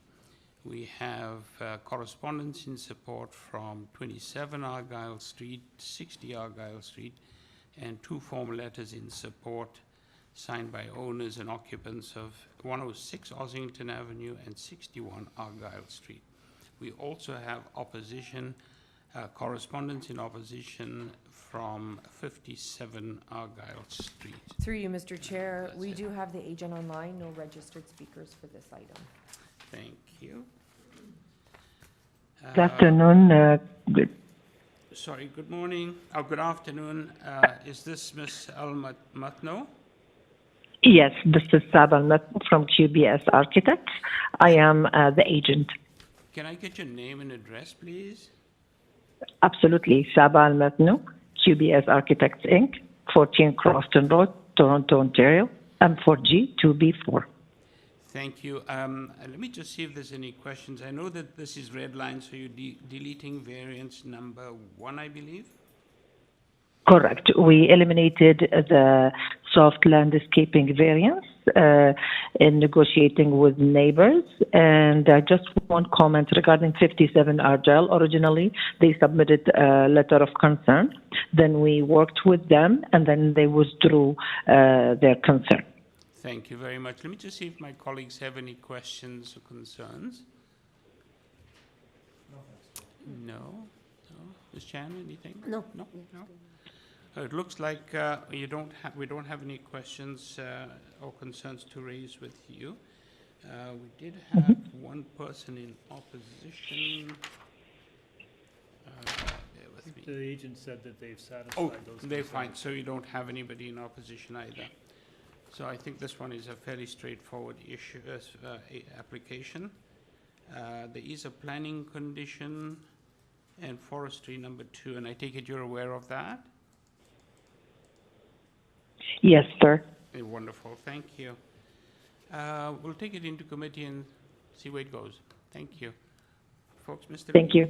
Thanks, Chair. Yeah, I'm glad that the agent confirmed that 57 did come to an agreement with the applicants. Because I did have some concerns, but I really think that it's positive development that there were changes that were made to satisfy 57's concerns, because this is a very tight site.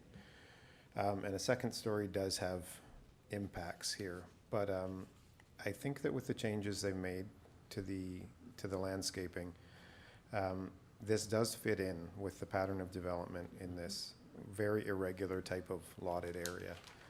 So I'll move approval of the application as amended. That's with the removal of variance 1, subject to the forestry and the planning condition. Thank you. I will second that. Second? Yeah. Thank you. All those in favor? Thank you. It's a unanimous decision. You have your approval with the 2 conditions in place. Thank you.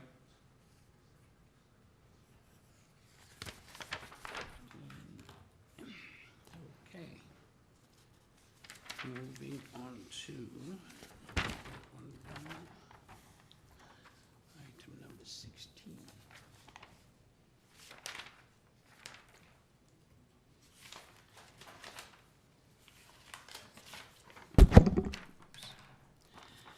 Moving on to item number 16. Number 16 is 15 Rosemary Lane. Purpose of the application is to construct a new 3-story detached dwelling with a front integral garage. a front covered porch with stairs, a rear ground floor covered deck with stairs, a rear basement walkout, and a rear second floor covered balcony. Also to construct an in-ground swimming pool in the rear yard. The committee had before it the following communications: copy of plan of survey, site plan, floor plans, and elevations, and revised site plan, floor plans, and elevations received February 20th, 2025. Red line public note, public hearing notice from the agent received February 21st, 2025. Redlined notice, zoning notice received on the 21st of February 2025. 6 photographs of the subject property received December the 30th. Covering letter from the agent received February 21st, 2025. An arborist report received on January 16, 2025. And presentation materials received from the agent on February 21st, 2025. We also have staff reports from Urban Forestry and an advisory staff report from Metrolinx. Through you, Mr. Chair, we do have the agent online as well as one registered speaker. Thank you very much.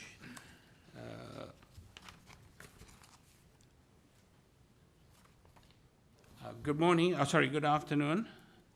Good afternoon. My name is Peter Druzek. I'm with ARC Design Group. I'm the agent on behalf of the client for 15 Rosemary Lane. Thank you, Mr. Jarosik. I believe we may need a presentation because we've got somebody in opposition by the sounds of it.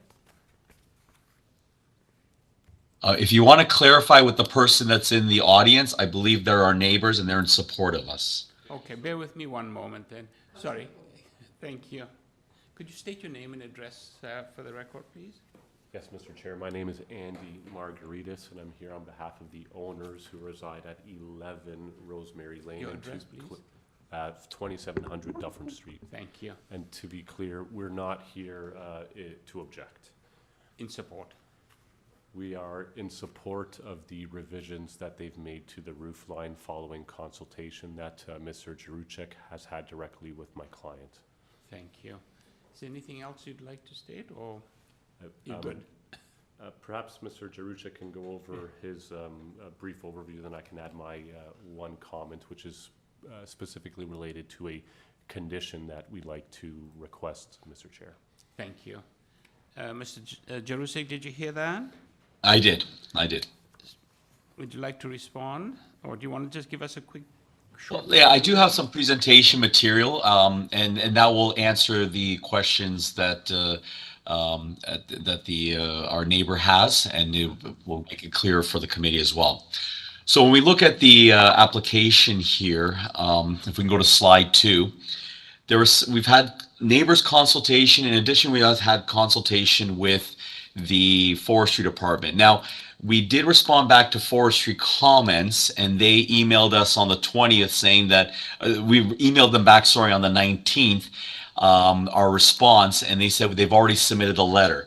But if we look at the site plan here, and we have the when you're looking at the drawing itself, the back of the house on the left-hand side, we have a tree there. If you zoom in, yes, thank you. So the rear of the house on the left-hand side, there's a tree, and I've marked now the tree protection zone. The forestry department asked us to push the house forward and cut back the inside of the house to keep the house within the outside the tree protection zone, which we have now. So the revised drawings that we have submitted to the committee now addresses that urban forestry comment about tree number 3 trying to be protected. As a result of the changes that we had with the neighbor and forestry department, I want to go through some of these changes that we have agreed to and how it affected the variances. The 2 main variances that would have been reduced is the building depth by adjusting the location of the property and bringing it forward to the actual front yard setback. It has brought our building length and building depth in alignment with 23.81. Secondly, reduction of the house and dealing with the neighbors' comments. And the neighbors had an issue with the side dormers that we had on the elevation originally. So what we have done is we eliminated rooms in the third floor loft, which had those dormers there, which allowed us to reduce, eliminating those dormers, yes, as this elevation shows, allowed us to reduce the floor on the third floor further, which brought our floor space index down from the original 0.91 FSI to 0.87. I know the discussions we had with the neighbors, they requested that to ensure that the dormers are not going to be built on the side elevations, to include the front and the side elevations as a condition to our, if the committee decides to approve this, as part of the condition to include those elevations as part of the notice of decision. Another issue I want to bring forward is variances 1 and 2, which had a 23.81. This side elevation draws the attention that our new depth and length include the areas below grade. So I've highlighted here that we have the front porch and the rear deck. They're over if we look at the rear deck is 3.86 meters deep and the front porch is 1.96 meter deep. This lot in essence is a reverse walkout lot, which means the front is like a walkout, but the back of the house on the ground floor is only 1 step from grade. Only 6 inches is our porch from the grade, because we have a very steep embankment, steep lot where the back is much higher than the front of the house. But when we look at the actual house itself, which is above grade, we are only 17.98 meters in depth and length. The majority of that variance of the 23.81, that is below grade and will not be seen by neighbors in essence, except for the front porch, of course, of 1.96, which is partially above grade. But the entire rear 3.86 of that building length and depth is in essence below grade and only coming out around 6 inches to a foot. So when we look at the, if I get the next slide, the changes that we've done to the front, originally we had dormers off to the side and we've eliminated them and reduced the pitch of the roof. We've had more of a substantial roof, being 16-12 pitch roof, and through discussions with the neighbors, we brought the sides down to a 12-12 pitch so that the roof has more of a gentler slope. When you're on the roof, when you're at the neighbor's property and they look up, then they're not going to see this steeper roof. We've brought it down to a 12-12 pitch. Next slide. And lastly, through consultation with the neighbors, we've reduced the loft space by removing the dormers and a room off to the client to the left. And then the other dormer was in our staircase, and because of the slopes of the stairs, we were able to eliminate that. That, in essence, together with the changes for forestry department, brought our floor space index down to 0.87. And I believe these are all positive changes, working with forestry, planning, and our neighbors to come up with this plan, which I believe is both meets the 4 tests and is acceptable to the neighbors and the other parties interested in this. Thank you very much. Let me just see if... Sorry, through you, Mr. Chair. And the question to the agent, 0.87 times the area of the lot, does that equate to 785.27 square meters? And that's taken from your revised site plan? Oh, sorry. You know what? I should have corrected that. That was the area of the lot. I don't know why I modified that number. My apologies. It's 0.87 times the lot area of, I should have maintained the 825. Yes, you know what? That was just a mistake on my part. That the second part of that is actually the lot area, and it has not changed. No. What does 0.87 times the lot area? Oh, what that calculates to? Square meters. Like on your plans right now, under statistics, it's showing 785.27 square meters. So so when we look at the number times 0.87, it'll be 718.61. how they calculate the floor space index based on those numbers.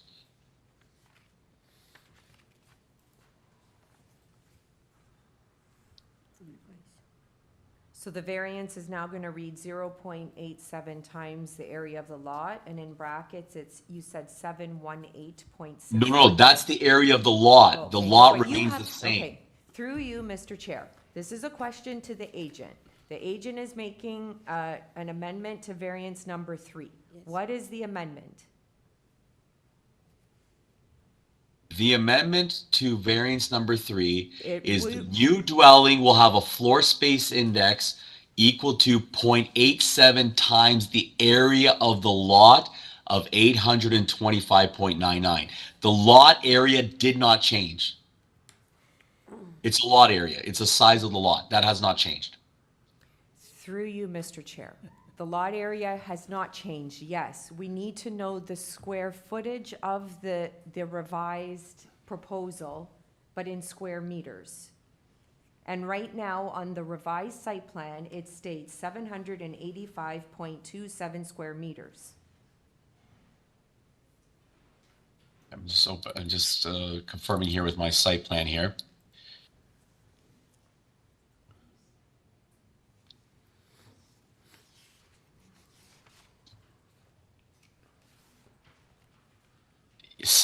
$785.27. Thank you.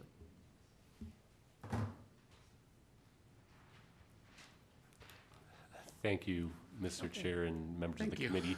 I have a question to the, Okay. you're going to. Please go ahead. Very briefly, thank you, Mr. Chair and members of the committee. As I mentioned, I am here on behalf of the owners of 11 Rosemary Lane. And to be clear, we did try to file a letter of non-objection following receipt of the revised materials from the architect.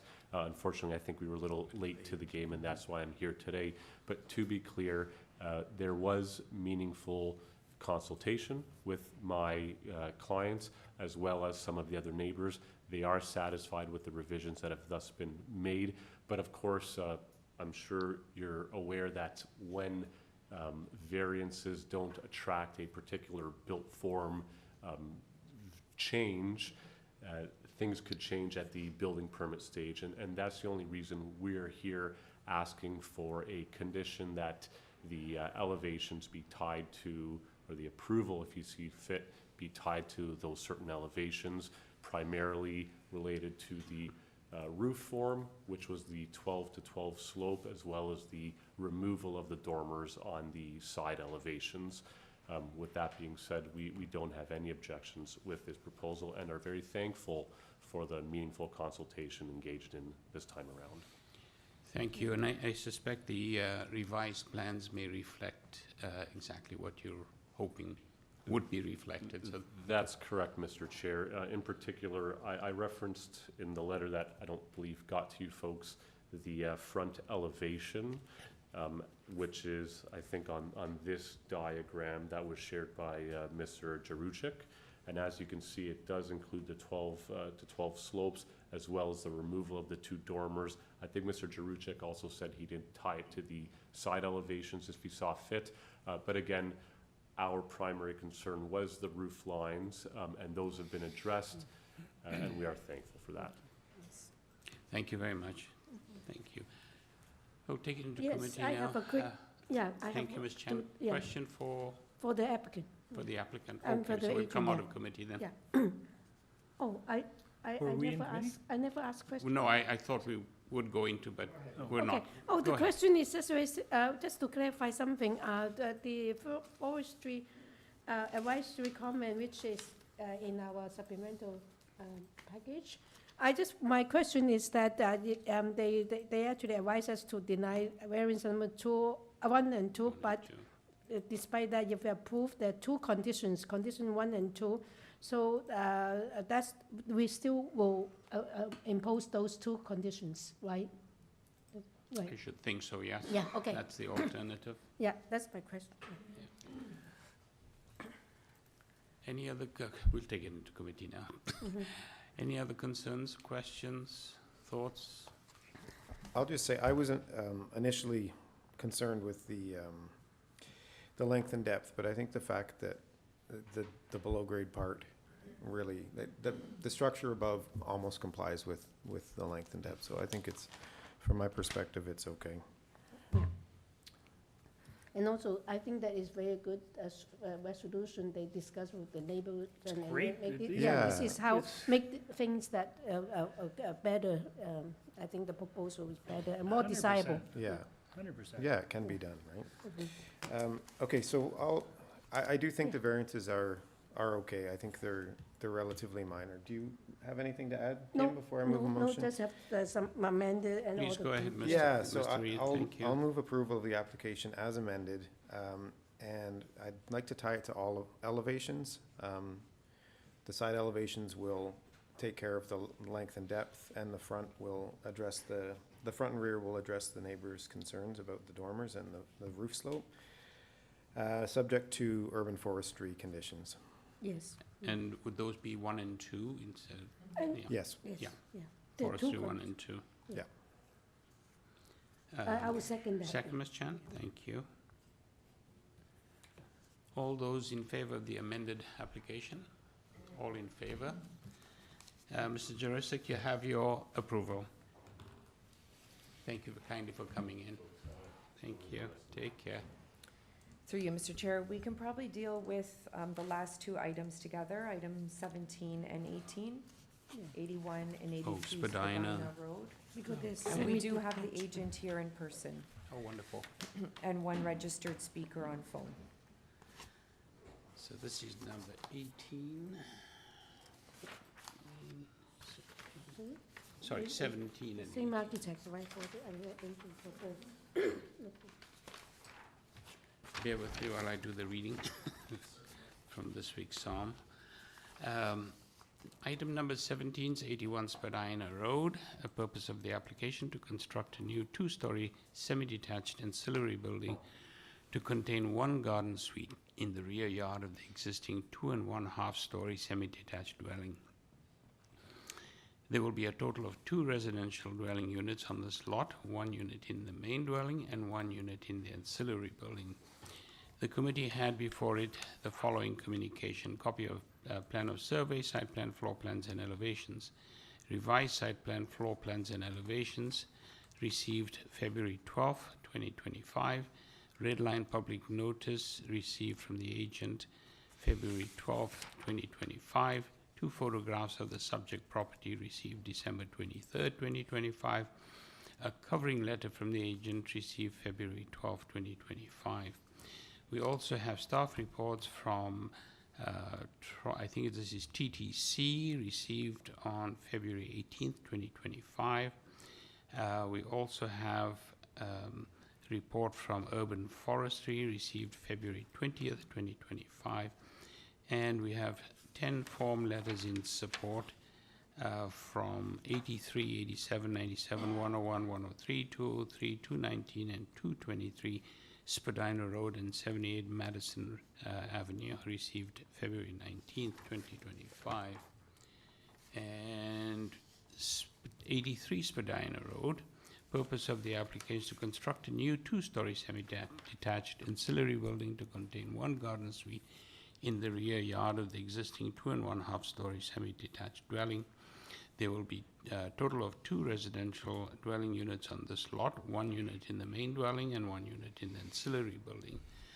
Committee had before it the following communication: copy of plan of survey, site plan, floor plans, and elevations. Revised site plan received February 12, 2025. Red line public notice received February 12, 2025. Covering letter from the agent received February 12, 2025. Arborist report received December 23, 2025. And staff reports from TDC again and Urban Forestry received February 20th, 2025. And 10 form letters in support by occupants, owners, occupants of 83, 87, 97, 101, 103, 203, 219, 223 Spadina Road, and 78 Madison Avenue received February 19th, 2025. Through you, Mr. Chair, as stated before, the agent is here in person as well as one registered speaker in opposition online. Thank you. Looks like we'll need first and foremost, I also get a name and address, please. Craig Grace, I'm the architect and applicant, 100 Lombard Street. Thank you. And are you going to be sharing time? Just one. Just me. This is the owner. Wonderful. We've done Welcome. a few backyard houses before, but this is his first time at committee of adjustments. So Welcome. So he's the owner of both semi? I see, okay, so the whole. Good. We need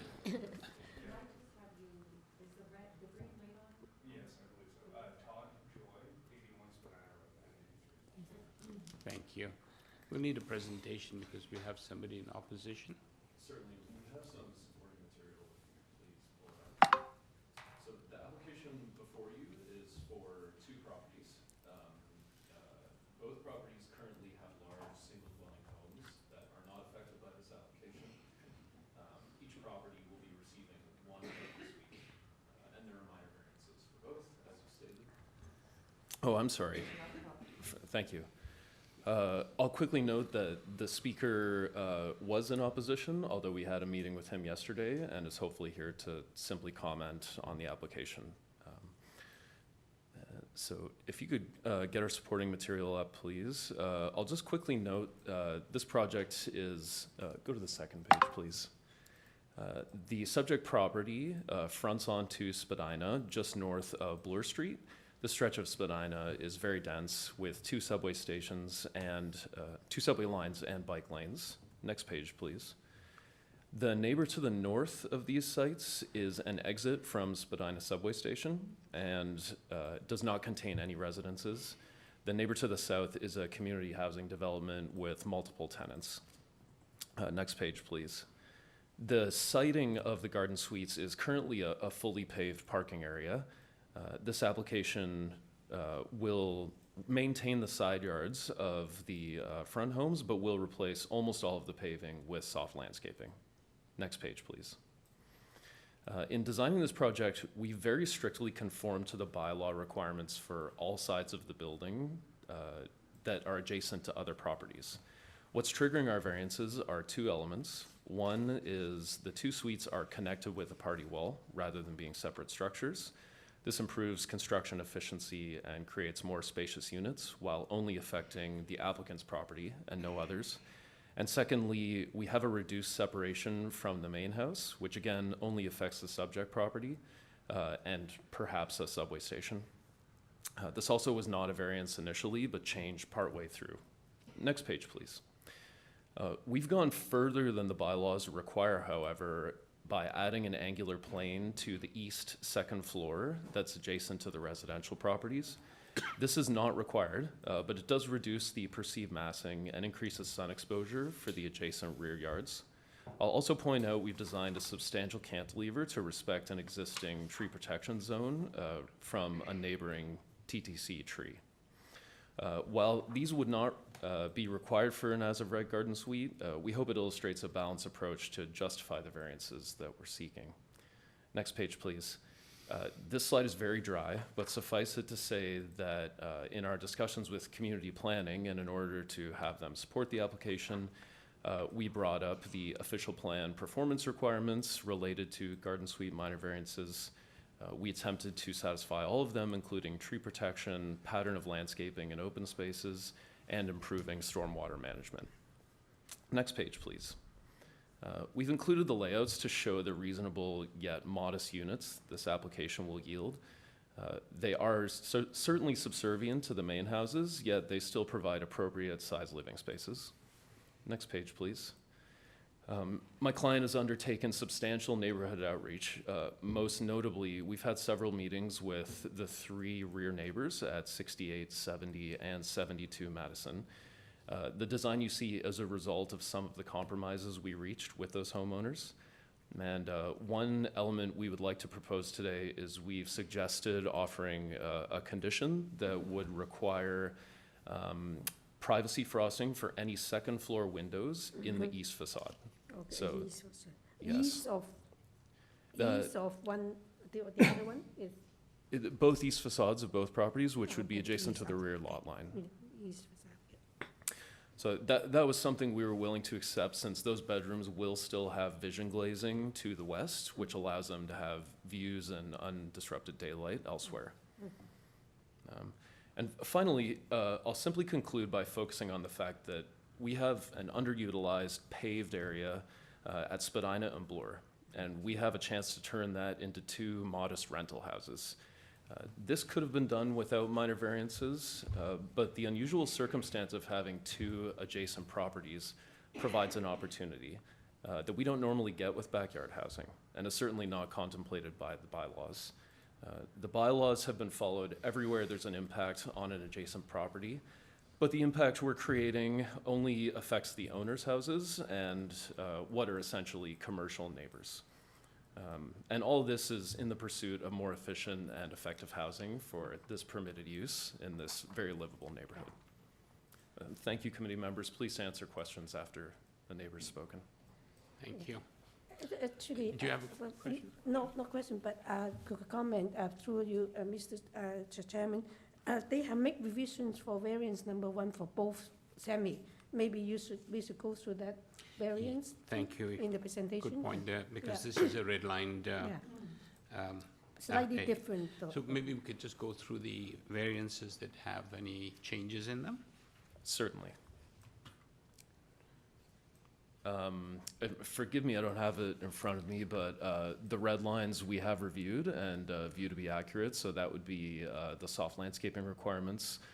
That was specifically a result of our discussion with community planning. Yeah. That's correct. So variance number 1 is now 40.3% or 41.67 square meters of Correct. soft landscaping. And a similar change to the other property, I believe. Yeah. That's On slightly both different. sides. Yeah, both property, but slightly different number. Yeah. Okay, great. The properties are not exactly the same dimensions. The north property is slightly wider. And I think number 18 is 42% from what I can remember. And for the committee's knowledge, that was a result of reducing a canopy we had covering the entrances to the suites. Community planning asked us to reduce that in order to increase the exposed soft landscaping. Excellent, thank you. Can we hear from the person in opposition, or hopefully not in opposition anymore? Yes. Hi, good morning or good afternoon. Yes, good afternoon. My name is Anders Sandberg. I'm at 72 Madison, and I have some presentation materials in the extra late folder that I'd like you to refer to. And my Sorry, okay. just hold on 1 second while we pull up the presentation materials you're referring to. Mm-hmm.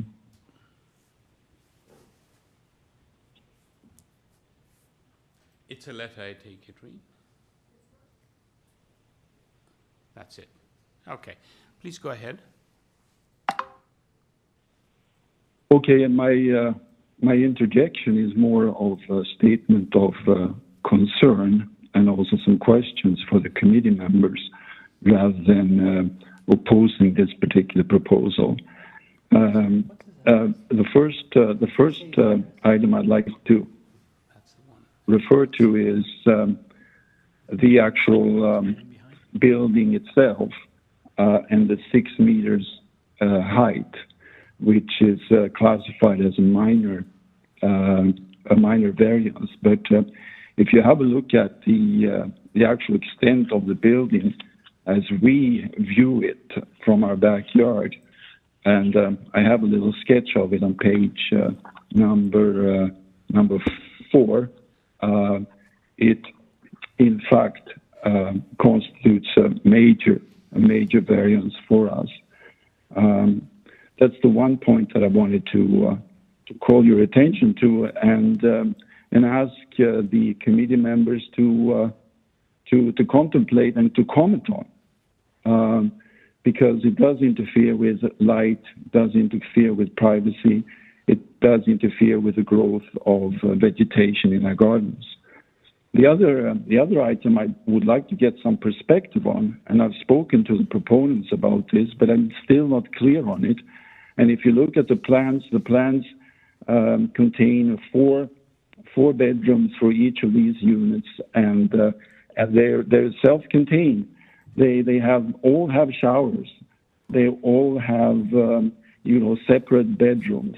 The units don't have any closet space. They seem very confined. Now, the proponents do suggest to me that this is the way in which society is moving, and that families are looking for these kind of accommodations, and young professionals are.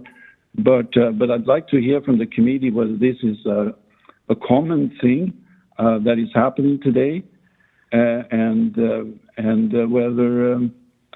whether this is something that we should accept as being garden units or garden suites. It looks more like an extension of the rooming house to me. So I would like you to comment on that. The last thing I would like you to have a look at is the agreement that we put together, the owners and me now, because my neighbors have chosen to go a different route.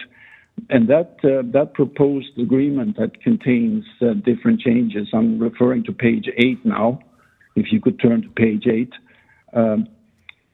contains all kinds of provisions, and they contain this very objectionable, to me at least, term that suggests that these commitments are done in good faith, but they're not legally endorsable, and if not practical or feasible, they will not be executed.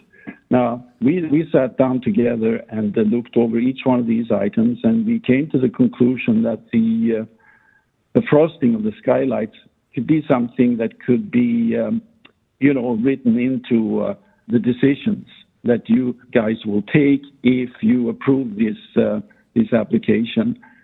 The frosted part, that's what I touched upon, and also the non-operable functions of the skylights, which will also be included. We also did discuss the 45% or degree angle, but that might have been difficult. Now, all the other provisions, I'm being told by the proponents, are not practical or to include in an agreement or for you to approve or approach. What I would like to see is you looking over them and seeing whether there's anything else that could be included as a condition of your approval of this application. Yes, those are my 2 cents worth. Thank you very much. We're just in time. Thank you very much. We'll just ask the agent to give some response to some of the concerns you have, and let's see where we go from there. Certainly. So the primary element as it relates to zoning minor variances is the height of the building. So essentially what has occurred here is when the separation from the main house is reduced below 7.5 meters, the zoning examiner gives us 2 variances: separation from the main house and height. If separation from the main house were increased from what we currently have, height would no longer be a variance. So by essentially creating smaller yards for the users of this property, we are triggering a technical variance as it relates to height. It would be possible to eliminate both of those if these housing units were smaller, but given the context, we felt that smaller housing units and bigger backyards was not an appropriate approach for the intersection of Spadina and Bloor, and we felt this was a more reasonable compromise, or at least a compromise worth pursuing. Speaking to the agreement between what is now the 2 neighbors, and we were hoping 72 as well, but certainly 68 and 70, that agreement has led to several compromises that do not relate to minor variances, specifically the size and location of windows, landscaping requirements, such as where shrubs and privacy bushes would be located, stormwater management, which includes where downspouts will be located, which will be adjacent to the main house, and then finally cladding selections. The neighbors have been given some latitude to make selections and influence those elements. We have not brought them up today because it's challenging to create conditions and they don't necessarily relate to minor variances. However, we felt privacy film was appropriate for the second floor. If there are any other conditions worth considering, we'd certainly be open to them as we are committed to this agreement. Okay. Thank you. Ms. Chan? Yeah, I do have one, is it question now? Please, please. Okay, I have one question, just follow up the comment. Is that the design of this garden suite, it seems that it is like what kind of intended tenants you have? Yeah, thank you for bringing that up. So the note about no closets, I mean, furniture will be used for storage. And with ensuite bathrooms, we provide those to appeal to more demographics of renters. So there is a chance a family will rent these. There's also a chance that there will be professionals who are roommates. They might be grad school students if they can afford these units, or other types of students. So ensuite bathrooms were simply provided as a luxury solution to appeal to more demographics, which we felt made for a more broadly attractive rental. But frankly, we don't know who's going to rent this, which is why we've designed it this way. No, you answered my question, actually. I understand, yeah. Thank you. Yeah.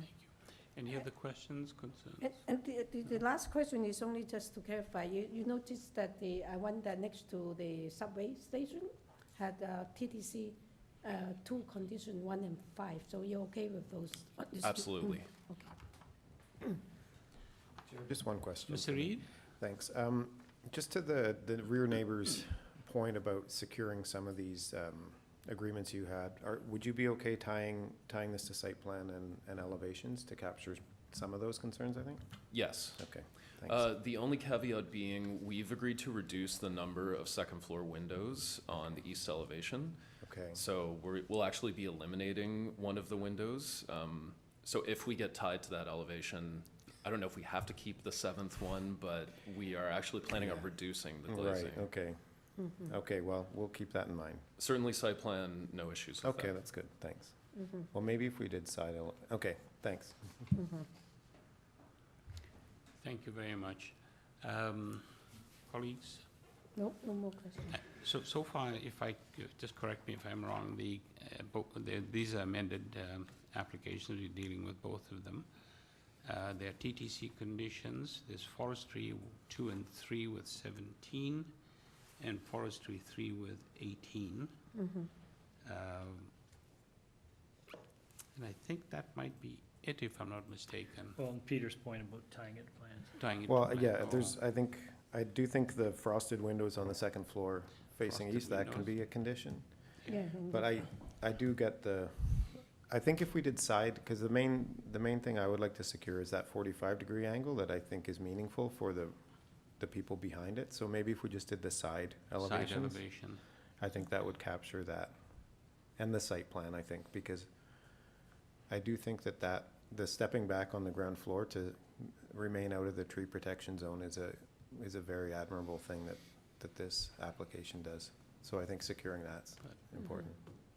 So, Mr. Reid, if you're going to be putting forward a motion, Yeah. you'll remember all of the conditions. Yeah, I got it. Does anyone want to say anything? Oh, before I the would motion? just want to comment that the reason why I asked about the tenant, what kind of intended tenants they're going to have, because the opposition raised that question about the term like rooming house and all. But I thought that this is a very good proposal with the specific location, and it's not just near the subways, but it's also very near university grants and everything else. And I think that to open up options for tenants, that it is actually very appropriate for this development.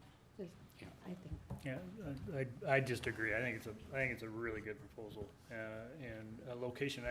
Part of me says, right next to a TTC station, man, you should have a whole lot more density. Frankly, I mean, you're getting, I think, as much as the bylaws will allow on this site. It looks like it's a heritage building or close to a heritage building. So, yeah, I see across the street there's all kinds of towers and stuff, right, which is appropriate for this location. So, I would agree. Okay, Peter, we are waiting for you. Thanks, yeah, no, thanks. Yeah, I think the only other thing I'd add is that it's nice, we've only seen a couple of these, right? When you've got two neighboring properties doing it at one time, and I think it's great, and I hope we see more of that, because there's just efficiencies in many different perspectives go up. So I'll move approval of both of these applications as amended, with both of them being amended. And I think the rest of the conditions will apply to both. So tying them to side elevations, tying them to the condition of frosted windows on the second floor east-facing side, and urban forestry condition. I think they're different ones for 81 condition 2 and 3 and 83 condition 2, and the TTC conditions. Did you want to do site plan as well? Sorry, yeah, and site plan, tying it to Yeah. site plan as well with the side elevations. Yes. Thanks, Larry. And I'll Oh, second. You covered everything. No, you. No. I'll second it, yes. Thank you. Thank you, Mr. I'll arm wrestle you for it. Yeah, exactly. You're stronger, you got it. All those in favor? Thank you. You have approval, Paul. Thank you very much. Thank you for your patience. Through you, And Mr. I Chair, we'll believe- break at this time, and we'll resume at 2:45 with item number 19. Okay, now we turn this